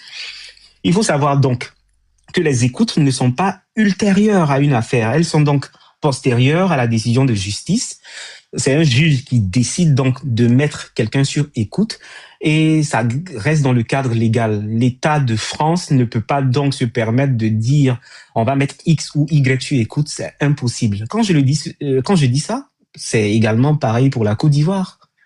Donc quand on va acquérir un matériel comme Pegasus et qu'on vient espionner tous les Ivoiriens, c'est ce qu'ils nous disent, mais ça ne tient à rien, c'est pas légal, c'est une action qui n'est pas légale. Mais on risque même, dans cette affaire, de se perdre dans des conjonctures en restant dans l'illégalité ou la légalité de Pegasus qui écouterait les Ivoiriens, qui devraient faire attention parce qu'on surveille des opposants, on peut aller les choper où ils sont et tout ça. Moi, je n'y crois pas parce que j'estime déjà que c'est quelque chose d'impossible. Mais revenons au nœud gordien de l'affaire. J'ai écouté le monsieur, j'ai été scandalisé. C'est-à-dire, on peut donc vendre nos filles à des pédophiles, sacrifier leur virginité, leur liberté, leur enfance sur l'autel de la sécurité du pouvoir de M. Alassane Dramane Ouattara. On est dans un pays donc où on relègue la morale. S'il te plaît. Oui. Déjà, non, il faut le laisser parler. Non. C'est son point de vue. Il m'attribue de ces fausses choses, hein. Non, il t'a pas attribué. Dofo, écoute-moi. Dofo, écoute-moi. Voilà la manipulation. Non, Dofo, écoute-moi. Et Kader, un instant. Laisse-le dire ce qu'il veut, après tu réagis. Dofo, écoute-moi, Dofo. Je ne veux pas ici, d'accord, si tu trouves qu'il y a des propos qui ne te conviennent pas, fais l'effort quand même. Kokora qui est un grand frère à toi. En fait, non, il m'attribue ça, en fait. Il m'attribue ça. Dofo, écoute-moi. Dofo, s'il te plaît, écoute-moi. Kokora même qui est ton dévancier, il te dit, Dofo, écoute, laisse-le parler. Tu auras ton temps de parole. Tu sais, il y a beaucoup de personnes, même Kokora, qui est ton dévancier, il va prendre la parole. Laisse quand ils auront parlé, tu énumères les différents points et tu t'exprimes clairement sur ce que tu voulais dire. D'accord? Merci. Kader, vas-y. Merci pour ta pondération, c'était très intéressant. Donc, je disais ceci, tout en essayant donc de remettre l'église au centre du village. On ne peut pas donc dire que oui, ce n'est pas grave, la pédophilie, qu'est-ce que c'est? La pédocriminalité, qu'est-ce que c'est? Mais il y a un dictionnaire, ça sert à ça. Ou du moins, si on n'a pas de dictionnaire, on peut se servir de Google pour savoir ce que c'est. Et quand je dis ça, il faut savoir que la personne dont on parle a une peine prononcée de 18 mois de prison il n'en a effectué qu'environ 13 mois. Il bénéficiait quand même d'un régime totalement atypique, c'est-à-dire lui, il était en prison, mais comme il était un fortuné, il avait le droit de sortir 6 jours sur 7, jusqu'à 12 heures par jour, pour travailler à son bureau, cellule isolée. Il avait accès à ses avocats et à ses... On parle d'un, comme ce qu'on dit aux États-Unis, un work release program, très rare pour ce type d'infraction. Mais il faut savoir que, plus grave, le monsieur a été par la suite condamné pour trafic sexuel international de mineurs. C'est-à-dire que, qu'importe l'endroit où M. Jeffrey Epstein se trouvait donc, lui, il trouvait des filles, pour la majorité des mineurs, pour aller donc assouvir ses besoins à lui. Je pense que, tu vois, on peut pas, il t'a dit qu'il ne se pas monter pour ça. Là. Bon. Si écoute, le gars n'a pas de... Ce qu'on va faire, voilà. Kader, vas-y sur le volet sécuritaire. Voilà, sinon on ne peut pas continuer ça. S'il te plaît, Kader, pour ne pas que ton narratif soit interrompu, parce que lui ne veut pas qu'on aborde le volet pédocriminel. Donc, oui. Je n'ai jamais vu dans un débat un sujet d'une telle importance où c'est un invité qui décide de la nature du débat qu'on doit mener. Quand c'est un débat global, où il y a un volet sécuritaire, où il y a un volet pédocriminel. Non, si je peux parler... Tu m'attribues pas ça, au fait. Tu comprends? Non, tu peux parler, mais pour m'attribuer ça. S'il te plaît. Hein? D'accord. Donc, parce que tu n'as aucune preuve de ce que tu racontes, mais tu peux spéculer. Tu n'as aucune preuve de ce que tu racontes. Toi, tu n'as pas de preuve. Quand il dit qu'on dit qu'on peut avoir accès au mail de Jeffrey. Non, madame. Et on a mis ses mails avec Nina. Pourquoi il veut nous faire passer pour des idiots? Montre les mails, montre les mails. Mon frère, faut pas nous prendre pour des bêtes. Madame, c'est moi qui ai la parole. Oui. On va y aller. On va y aller calmement. On doit te montrer le mail encore. On va y aller calmement. Moi, je ne parle même pas. Moi, je ne parle même pas des mails, ok? Et toi, tu n'es pas rentré dans ces mails. Les États-Unis, le ministère de la Justice américain a permis qu'on rentre dans ces mails. Bon. On est rentré dans ces mails. D'accord. Madame, merci. Peut-être qu'il faut repréciser les choses. Peut-être qu'il n'est pas là l'information. Il n'a pas la bonne information. Et je ne veux pas personnaliser le débat parce que le monsieur, je ne le connais pas. Voilà, je ne veux pas m'attaquer à lui. Moi, et je ne veux pas commenter sa vidéo. Sa vidéo d'ailleurs que je n'ai jamais vue. T'es là, Kader? On a perdu Kader. Je pense qu'il a reçu un appel. Il a été pris par T'es de retour, Kader, tu m'entends? La surveillance. Vous m'entendez? Bon, là, c'est bon. Bon, je pense qu'on a... Je souhaite qu'on aille sur le volet. Je pense que tu as un problème de réseau. Je souhaite qu'on aille sur le volet sécuritaire, sincèrement, par rapport à ce volet-là. Tu es là, Kader? Oui, bien sûr, je suis là. Ok, on t'entendait plus parce qu'on t'avait... Ce que je veux dire, voilà, qu'il ne s'arroge pas le droit de moi m'interdire de parler d'un sujet général avec des ramifications. Je peux bien sûr parler, c'est la chute de mon propos, je vais parler du volet donc... sécuritaire. Je vais parler bien sûr du volet sécuritaire, mais bien sûr qu'on peut revenir sur le volet le plus important, qui est le volet de la pédocriminalité qu'on veut éluder dans ce genre de débat. D'accord. Voilà, on peut en parler quand même. Je ne souhaite pas que tu mettes en corrélation ces propos avec ce volet pédocriminel. D'accord, je vais parler de façon générale, sans l'y associer, parce que je n'ai même pas vu sa vidéo, à part le bout que tu as présenté tout à l'heure. Mais, pour les questions de pédocriminalité, je précise que M. Jeffrey Epstein avait été condamné pour 18 mois de prison. C'était une peine que les gens avaient jugée très faible par rapport à ce genre de questions-là. Ensuite, dès qu'il est sorti de prison, il a été arrêté pour trafic sexuel de mineurs, exploitation sexuelle organisée. Donc, il encourait la prison à vie avec un procès fédéral majeur. Je vous rappelle donc... que sur la question de sa mort, il y a monsieur O.J. Simpson qui avait sollicité un légiste, qui est d'ailleurs le légiste le plus célèbre aux États-Unis, qui avait traité de la question de la mort du célèbre O.J. Simpson, qui avait dit que monsieur Jeffrey Epstein ne s'était pas pendu Voilà, il a été assassiné, donc pour ne pas aller au procès. Et dans ce procès-là, il allait avoir donc plusieurs ramifications, plusieurs noms qui allaient être dévoilés. Quand il est sorti de prison, il y a eu une autre arrestation fédérale cette fois-ci. En juillet 2019, l'inculpation encore pour trafic sexuel de mineurs, conspiration de trafic sexuel. La peine encourue en ce moment-là, c'était jusqu'à 45 ans de prison. Il est mort donc en détention le 10 août 2019. Donc, sur cette question-là, il n'y a aucune peine qui a été prononcée. Mais en tout cas, ce qu'ils sont en train de faire comme condamnation au civil, le monsieur, de sa fortune, plus de 120 millions de dollars ont été versés à des victimes pour essayer donc de taire l'affaire. C'est pour vous montrer le caractère abject du sujet dont il est question. Maintenant, quand on dit ça, il faut juste commencer donc, parce que les gens ne veulent pas en parler, ne veulent pas se mettre en relation. J'ai vu une interview dans laquelle on lui a demandé s'il était Satan.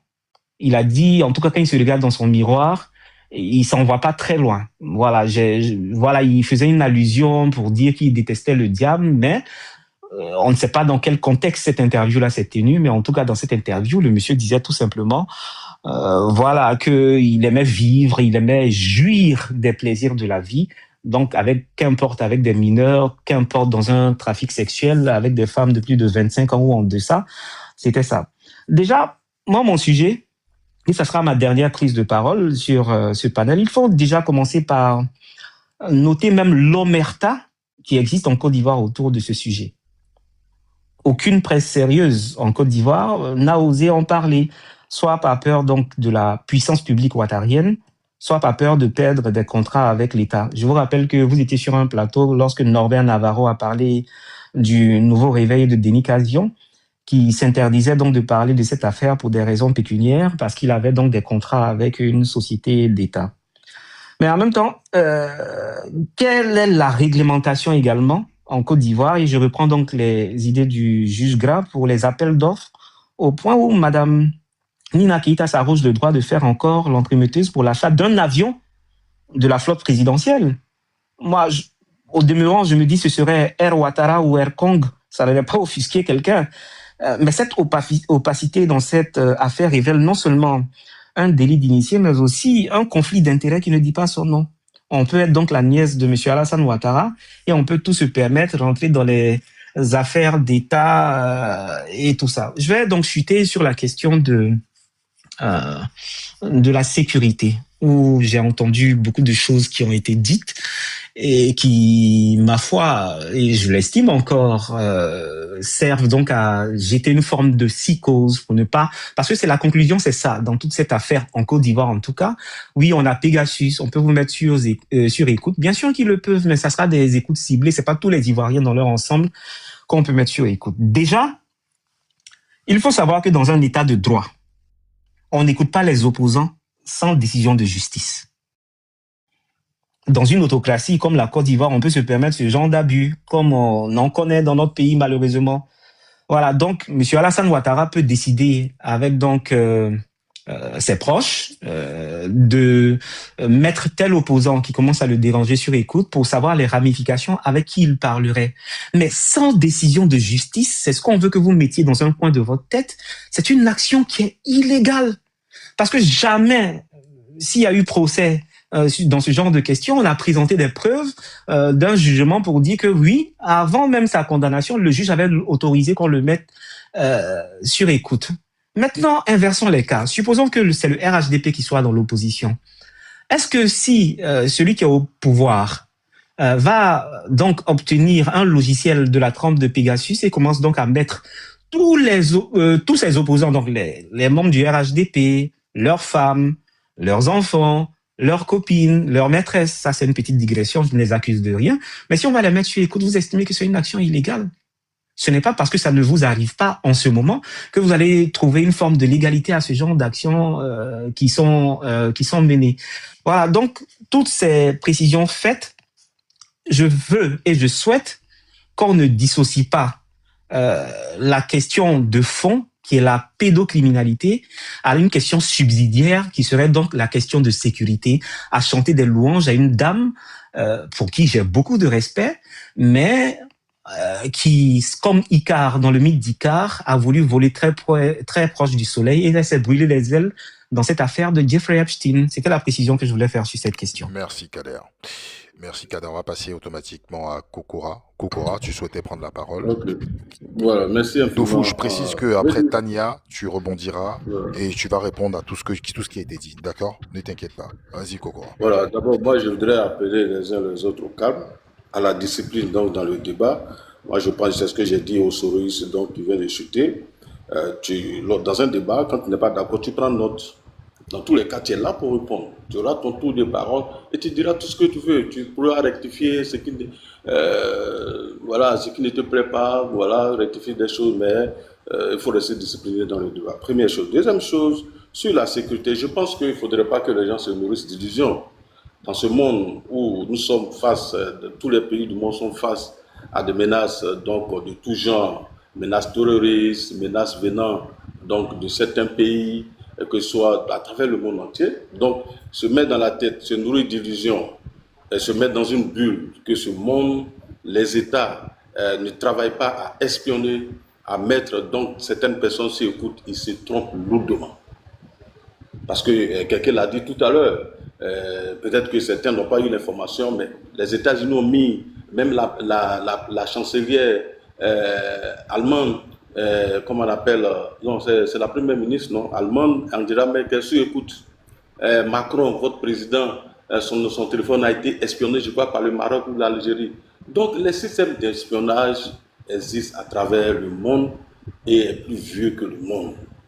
Donc, si des gens s'asseyent là pour penser que les États, pour des questions de défense, pour des questions de sécurité, ne mettent pas un certain nombre de personnes sur écoute, de personnes qui sont identifiées, ou après des indices, l'État a des soupçons, ne les met pas dans sur écoute. C'est vraiment se nourrir d'illusions. Se nourrir d'illusions. Sinon, comment certains États donc, disent qu'à travers leurs renseignements, ils arrivent à détecter sur d'autres territoires des séries d'opérations de déstabilisation. Comment ils le font? Mais c'est des systèmes d'espionnage. Donc ça existe à l'extérieur de votre territoire, comme ça existe en interne. C'est ce qu'on appelle la raison de l'État. Ne pas le comprendre, ne pas le savoir, vraiment c'est se nourrir d'illusions. Voilà, c'est se nourrir d'illusions, et comme je l'ai dit, ça se passe à travers le monde. On voit la Chine qui envoie des ballons aux États-Unis pour espionner. Vous arrivez en Chine, c'est le pays, donc le policier par excellence, où tous les citoyens sont suivis. Voilà, donc si des gens pensent qu'ils peuvent gérer un pays sans un minimum de précaution, mais ça à eux de voir. Mais demain, ils ne seront pas surpris d'être déstabilisés. Maintenant, moi, je ne dis pas que dans notre pays, des gens sont mis sur écoute, mais je dis de façon générale, de façon globale, et moi qui vis aux États-Unis, même quand vous introduisez un dossier au niveau de l'immigration, on vous dit il y a des questions sensibles. Votre avocat vous dit de ne pas aborder certaines questions au téléphone, parce qu'on ne sait jamais. Voilà, donc si les gens peuvent se nourrir de telles illusions, ça c'est leur problème. Mais je dis pour des questions de sécurité, de défense du territoire, l'État peut décider donc de mettre certaines personnes sur écoute parce qu'elles sont problématiques. Voilà, c'est pas tout le monde d'ailleurs. L'État ne peut pas mettre 60 millions d'habitants ou 200 millions d'habitants sur écoute, mais il y a une catégorie de personnes, en fonction de leurs activités, l'État peut décider de les surveiller. De sorte à ce que, parce que la sécurité, on dit l'ordre public est au-dessus de tout. L'ordre public est au-dessus de tout. Donc s'il y a des gens qui ne le comprennent pas, vraiment, ils doivent prendre un certain nombre d'informations avant d'intervenir. Alors, moi je pense que ça, on a mené le débat. Moi j'ai écouté tout le monde sur l'affaire Nina Camara jusque-là. Et moi j'ai été très heureux que les gens disent que le monsieur a été condamné pour acte de pédocriminalité. Mais j'ai entendu des gens dire non, la dame elle a fait du proxénétisme, elle a fait de la prostitution dans un commerce donc de secte, sans véritablement le prouver, mais nulle part ils ont réussi à démontrer que la dame était dans une action donc ou était complice d'un acte de pédocriminalité avec Jeffrey Epstein. À partir de ce moment, le débat pour moi a évolué. a évolué. Personne n'a démontré que la dame a présenté à ce monsieur des enfants mineurs, ce qui serait grave. Personne n'a démontré, parce que la prostitution, c'est un acte, donc c'est commercial. Personne n'a réussi à démontrer que la dame est rentrée dans un business de sexe avec le monsieur. Elle a certainement des relations avec lui. Et puisqu'elle a même demandé donc, de l'aider à libérer Karim Ouad, donc ce n'est pas un acte de prostitution. Donc elle a eu des relations avec lui et ils ont eu à mener un certain nombre d'activités ensemble, telles que mettre les hommes d'affaires, je vais dire en liaison avec soit d'État ou pas, mais je vais dire, voilà là où s'arrête le sujet. Maintenant, après, moi je ne dis pas qu'elle est totalement, je veux dire, innocente, et je dis, pour le moment, elle est présumée innocente de tout acte. Avant la mise en place d'une enquête des États-Unis, puisque c'est eux qui sont concernés par l'affaire, avant un procès qui va certainement ou incertainement prouver sa culpabilité, on ne peut pas la considérer comme immorale et au point de la jeter à la vindicte populaire. Et moi, je le dis toujours, si la clameur publique pouvait condamner quelqu'un, mais M. Laurent Gbagbo, quand il partait à la CPI, là, tout le monde pensait qu'il était coupable. Mais il y a eu un procès. Et à la fin, les juges ont dit non, les preuves qui ont été présentées n'étaient pas suffisantes. Mais si on demandait l'avis de ses opposants, mais ils allaient tout de suite le condamner. Donc, ce qui est intéressant dans l'état de droit veut que lorsqu'on vous reproche les choses, on vous présente devant un juge. Après une enquête, bien entendu, et puis il y a un procès. À la fin du procès, on décide. Mais aujourd'hui, il dit que la dame est immorale, ceci ou cela, je trouve que ce n'est pas juste. Et puis il dit, voilà pourquoi il disait au Soroïs, dont je ne sais pas, je ne le connais ni d'Adam ni d'Ève, c'est la première fois que je l'entends parler, et qui dit qu'il me cherche pour faire un débat. Bon, moi, généralement, je ne fais pas de débat avec les inconnus. Voilà. Je ne sais pas qui il est, et donc peut-être que j'aurai des informations sur lui, à partir du moment, j'ai décidé de faire peut-être un débat avec lui, mais je ne le connais pas. Mais dire que Donald Trump est une personnalité sans morale, et que l'individu qu'on suit, et pour lequel on est très attaché, comme Guillaume Soro qui serait un homme de grande moralité, moi, ça me pose un problème. Quelqu'un qui a réclamé publiquement et qui s'est réjoui de la mort de personnalités, je ne trouve pas qu'il a une bonne moralité. Mais vous le suivez, quelqu'un qui a demandé à éliminer quelqu'un au Burkina Faso ne peut pas être présenté comme un modèle en termes de moralité. Donc quand vous venez donner des leçons aux autres, il faut faire attention. Voilà. Et d'ailleurs, tous ceux qui le suivaient et qui avaient un peu de lucidité l'ont quitté. Aujourd'hui, il ne reste que des bras cassés, des cyberdélinquants qui sont avec lui. Il n'y a pas grand monde avec lui. Parce qu'ils ont compris que ce monsieur, sa moralité a un problème. Donc, vous pouvez donner des leçons aux autres, mais vous aussi faites attention parce que les personnes que vous suivez, je ne pense pas qu'elles sont d'une grande moralité. Je termine pour dire, mais il faut arrêter de mentir aux Ivoiriens. En disant, nous nous sommes séparés de vous parce qu'à un moment donné, on a constaté que votre moralité avait atteint un état de putréfaction avancé. Chers frères, moi je suis désolé, mais pourquoi vous pouvez dire ça à d'autres personnes? Pourquoi vous pouvez dire ça à d'autres personnes? Guillaume Soro est parti en 2019 parce que, et lui-même l'a dit à Paris, qu'il avait le sentiment d'avoir été trahi par le président Ouattara puisqu'il lui avait promis le pouvoir. Il ne lui a pas donné, donc il est parti. Donc il n'est pas parti parce que, puisqu'il n'aimait pas la gouvernance donc, du président. C'est tout simplement parce qu'il pensait pouvoir avoir le pouvoir sur un plateau d'or par héritage.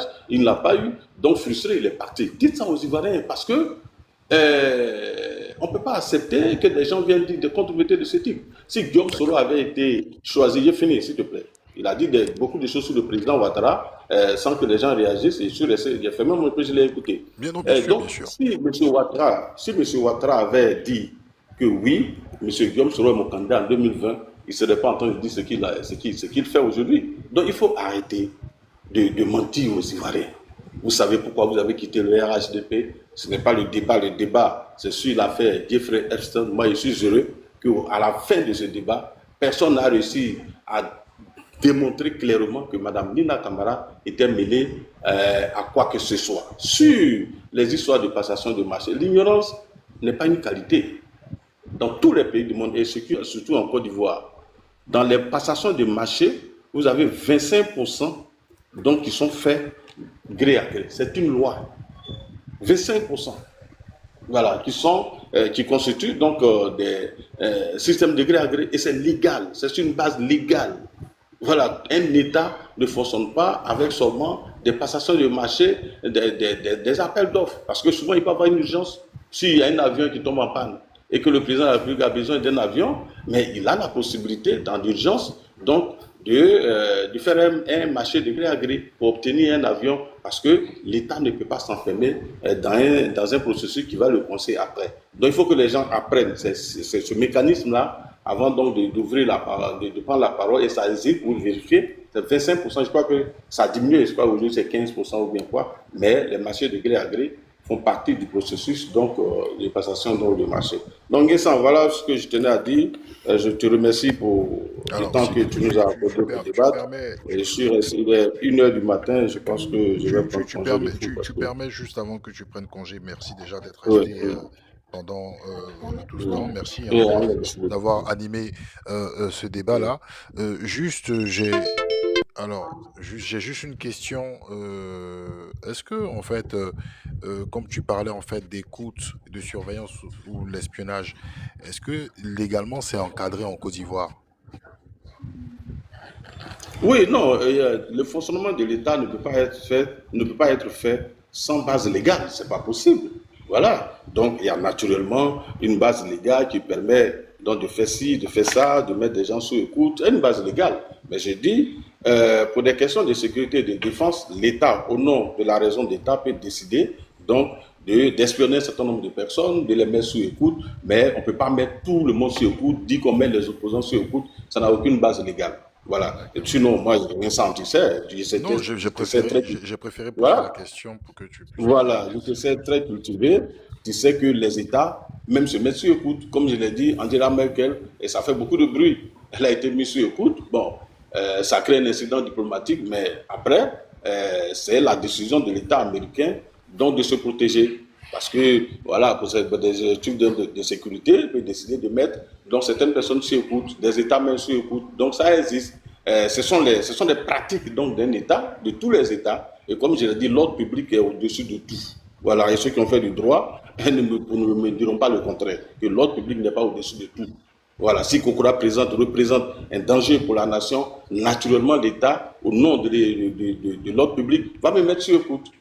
Mais on ne peut pas mettre tout le monde sur écoute, c'est ce qu'ils sont en train de dire. Mais se nourrir d'illusions, se bassiner d'illusions, pour dire que oui, dans un pays, avant de mettre quelqu'un sur écoute, il faut forcément que le juge décide. Mais en attendant, si le gars il était prêt à frapper, mais il frappe avant que le juge ne prenne la décision.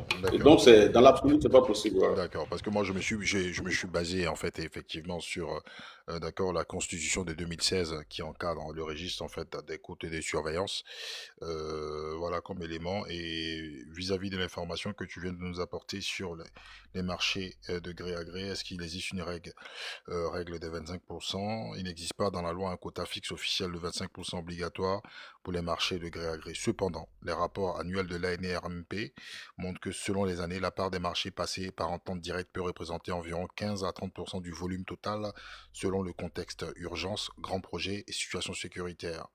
Donc, voici l'information que je souhaitais apporter à ce sujet par rapport à ce que tu viens de dire. Merci infiniment, Instant. Donc, je vais vous laisser. Je peux faire une petite précision de ça? Très rapidement, parce que après il faut qu'on avance. Dans Dofo aussi, il doit s'exprimer. Bien sûr. Juste dire aussi à Kokora, bah écoute, avant que Kader ne prenne la parole, Kokora, écoute, n'hésite pas. S'il y a un sujet, n'hésite pas. Tu passes quand tu veux. Kader, vas-y. Non, qu'il se rassure, je ne le cherchais pas tant par la qualité de ses interventions ou de sa personne. Mais lorsqu'on débite continuellement des inepties sur la place publique, il faut à un certain moment crier haro sur le baudet. Moment crier haro sur le baudet. Moment crier haro sur le baudet. Moment crier haro sur le baudet.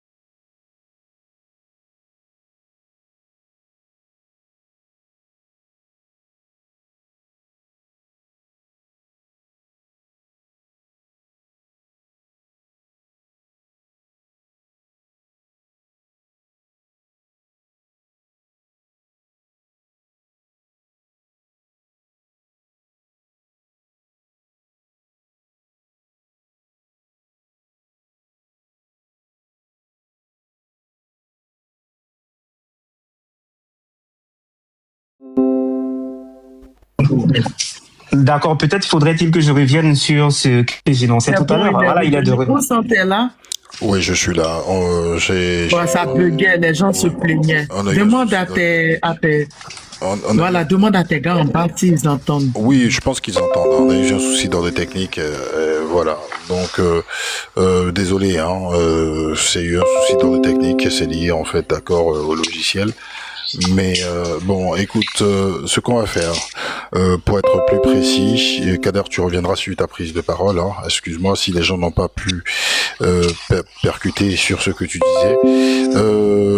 Tania, avant que tu prennes la parole. Non, je n'avais pas fini. Bon, vas-y, termine. Il n'a pas fini. Laisse-le. Voilà, donc je vais essayer de reprendre où donc le live avait laissé.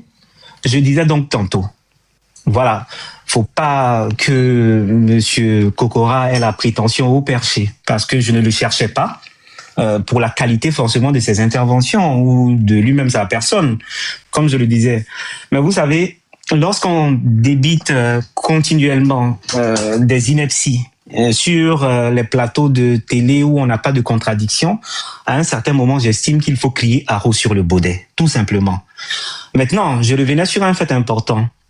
Il a présumé ou il a annoncé que dans le débat qui concerne donc les Jeffrey Epstein et ses ramifications en Côte d'Ivoire avec l'implication de Madame Nina Keïta, que on était en train de la présumer coupable.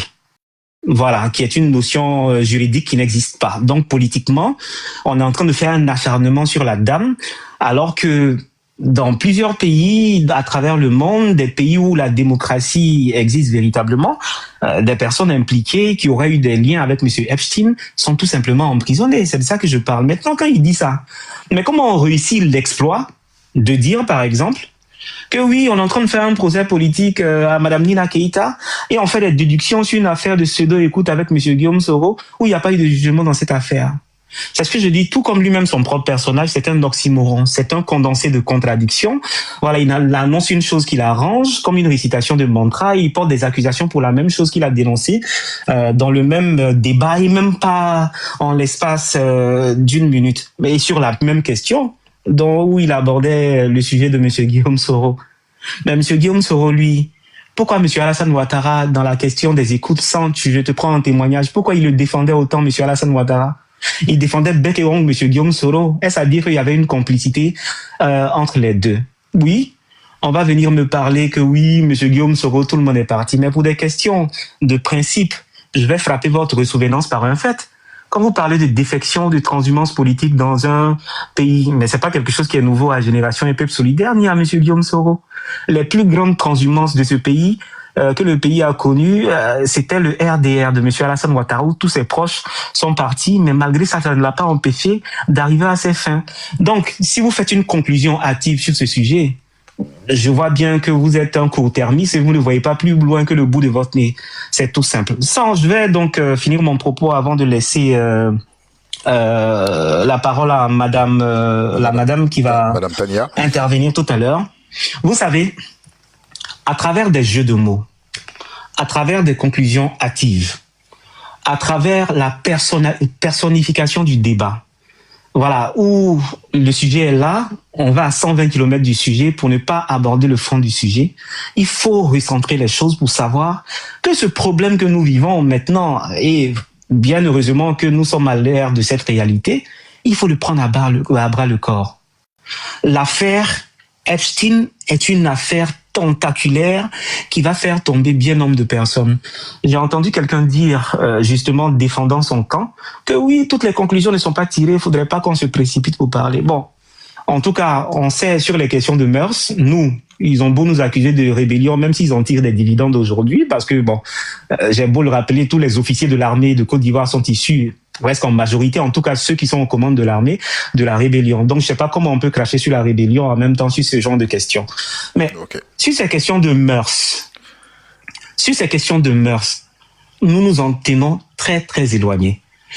Voilà, lorsque la nièce du président de la République, non seulement est dans un affairisme qui ne dit pas son nom, lorsque Elle fait en plus l'entremetteuse pour organiser des orgies dans un penthouse, mais c'est une question de moralité.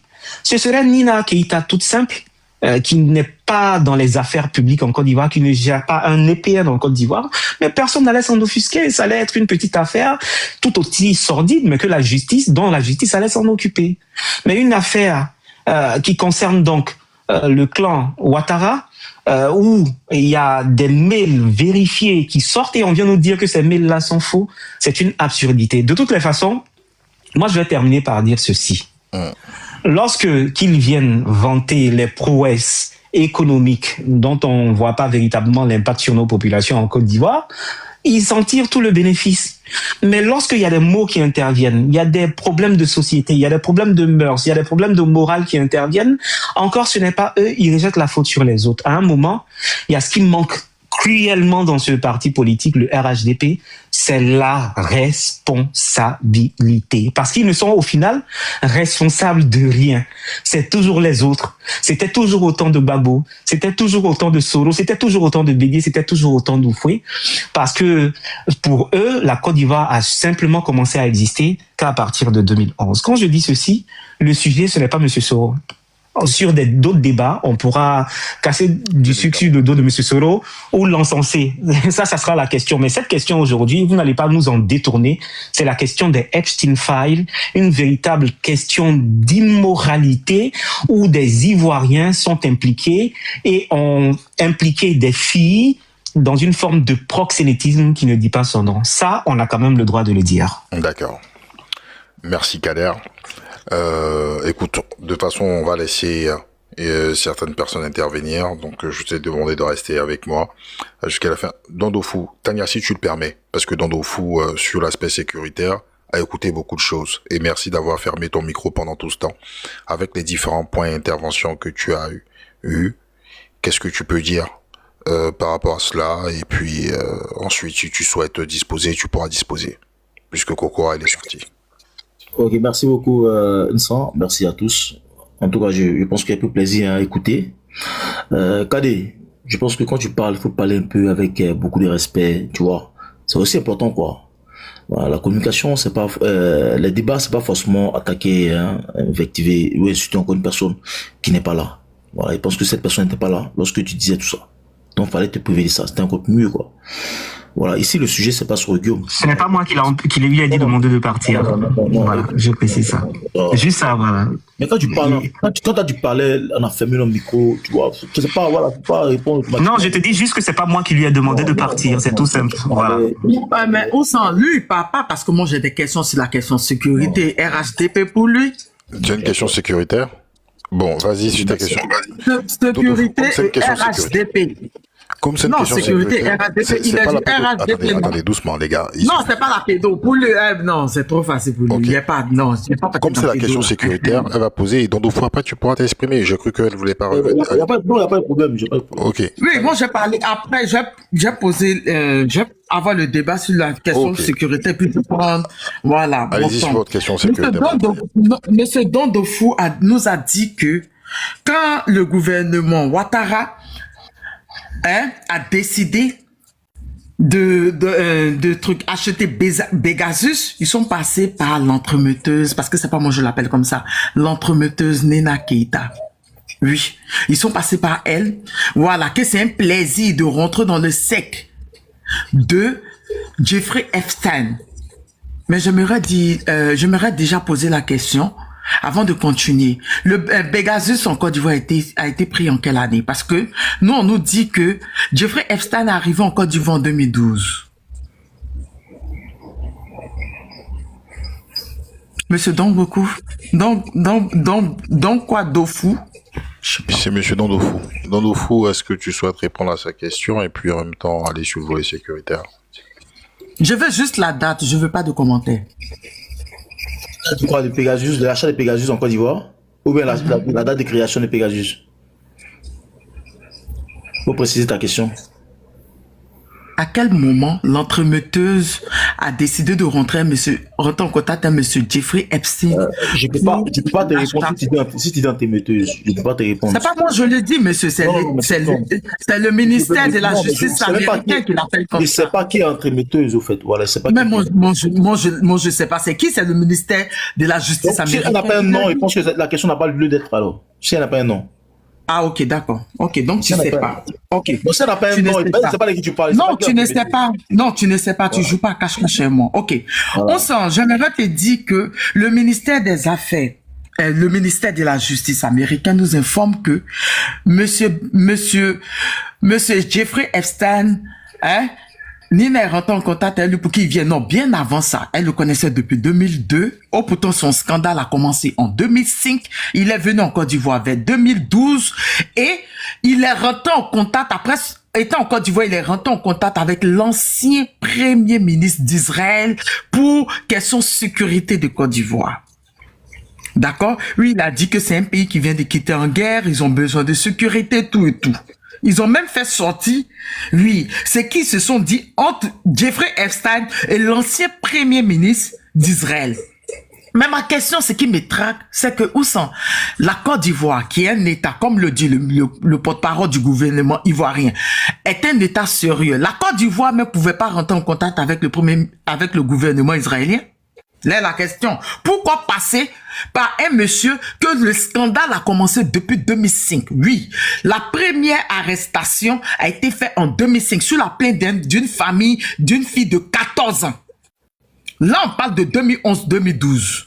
Là, le gouvernement ivoirien décide de passer par un pédocriminel cannibaliste pour question de sécurité. Mais ce don de fou, quand je l'ai écouté parler, il a dit oui, question sécuritaire, la Côte d'Ivoire en avait besoin parce que oui, les terroristes, la sous-région, tout et tout. Mais quand il cite les personnes que le gouvernement ivoirien surveille là, il cite l'opposition. Donc Ziggy, ce sont des terroristes. Moi, j'aimerais savoir, on sent. Parce que ceux qui citent là, les Bégasus là, n'a jamais pris les terreaux qui sont au nord et au nord-est de la Côte d'Ivoire. On aimerait comprendre Bégasus là, ça joue à quoi? C'est là seulement pour les opposants, à surveiller seulement les opposants, parce que monsieur nous a dit, nous a essayé de nous faire comprendre que conservation est égale à espionnage. On est choqués. On est choqués. Maintenant, comme toi-même, Oussan, tu l'as dit, avant d'espionner quelqu'un, mais de conserver, comme il le dit là, les données d'une personne, c'est avec autorisation des juges. Pour Ziggy là, il y avait quelle enquête sur Ziggy? Il y avait quel truc sur Ziggy pour qu'on puisse demander à un juge jusqu'à aller l'espionner? Parce que monsieur a dit, Ziggy voulait faire coup d'état. Qui nous montre la preuve? Oui, qui nous montre la preuve de ça? C'est-à-dire que eux, ils ont acheté Bégasus, ils sont passés par un pédocriminel, cannibale, pour acheter Bégasus, pour venir espionner que l'opposition, pendant qu'ils disent qu'il y a terroristes, quelles sont sécurité. Je ne sais pas si les terroristes sont devenus l'opposition ivoirienne. Moi, je suis choqué. Est-ce que tu souhaites qu'il réponde à ta question? Il va répondre. Ça, là, c'est pour lui. C'est pas encore rentrer dans l'affaire de Jeffrey, là.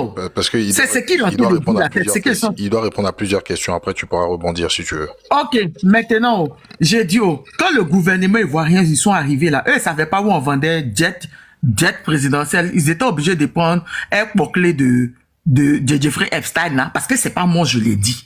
C'est le ministère de la Justice américaine qui a dit que le premier avion de la flotte présidentielle ivoirienne a été une des Lolita. Oui, le nom, tu entends, hein? Quand tu sais Lolita, tu sais c'est quoi? C'est une des Lolita de Jeffrey. Et qui a été l'entremetteuse au milieu de tout ça? Nina Peou. Oups! Non, Nina Keita. Je coupe mon micro. Attends. Oups, je me suis trompé. Attends. Écoute, Dofou. Réponds aux questions qui sont posées si tu souhaites. Si tu souhaites pas, tu souhaites pas répondre aussi, tu poses. Je vais répondre d'abord et puis avant de lui parler, lui donner des conseils parce que je pense qu'elle est tellement excitée à l'image de parler de sa camarade femme, tu vois. Moi, ce genre de femmes qui justement n'ont rien eu dans la vie, qui passent le temps à vociférer quand c'est des camarades femmes qui ont réussi dans la vie. Non, je vais répondre. Pourtant, je suis pas rentré dans les injures, monsieur. Mais quand tu dis je suis pas rentré dans les injures, ta camarade. Non, mais tu peux pas parler de elle. Tu peux pas parler de je m'en fous, je parle pas avec les porclés de luxe. Voilà, donc, Aïe, mon frère. Aïe, mais si tu veux rentrer dans ça, là, il y a des réponses. Moi, je ne suis pas connu mondialement pour être porclé de luxe. Donc, c'est ce que tu as dit là. Dans le monde entier, quand tu sais ton nom, c'est porclé de luxe. Tu vas pas faire moi. Aïe, tu vas pas faire moi. Tu ne sais même pas de faire un mois, mais tu ne sais même pas de droit de jouer les mois. Nous sommes dans une émission, s'il vous plaît. Je réponds bien, ne me laisse pas parler là, il sait pas. Faisons l'effort. Elle est trop surexcitée là. Dofou. Elle est trop surexcitée. Dofou, tu es resté calme jusqu'à maintenant. Je suis calme. Vas-y. Je suis très calme.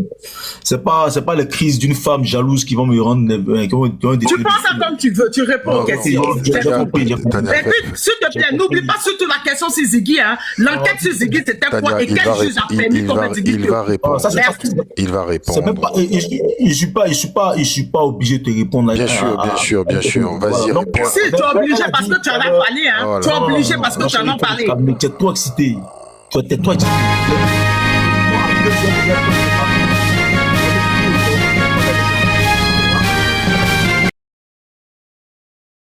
Après avoir pris connaissance des échanges, laisse ton opinion en commentaire.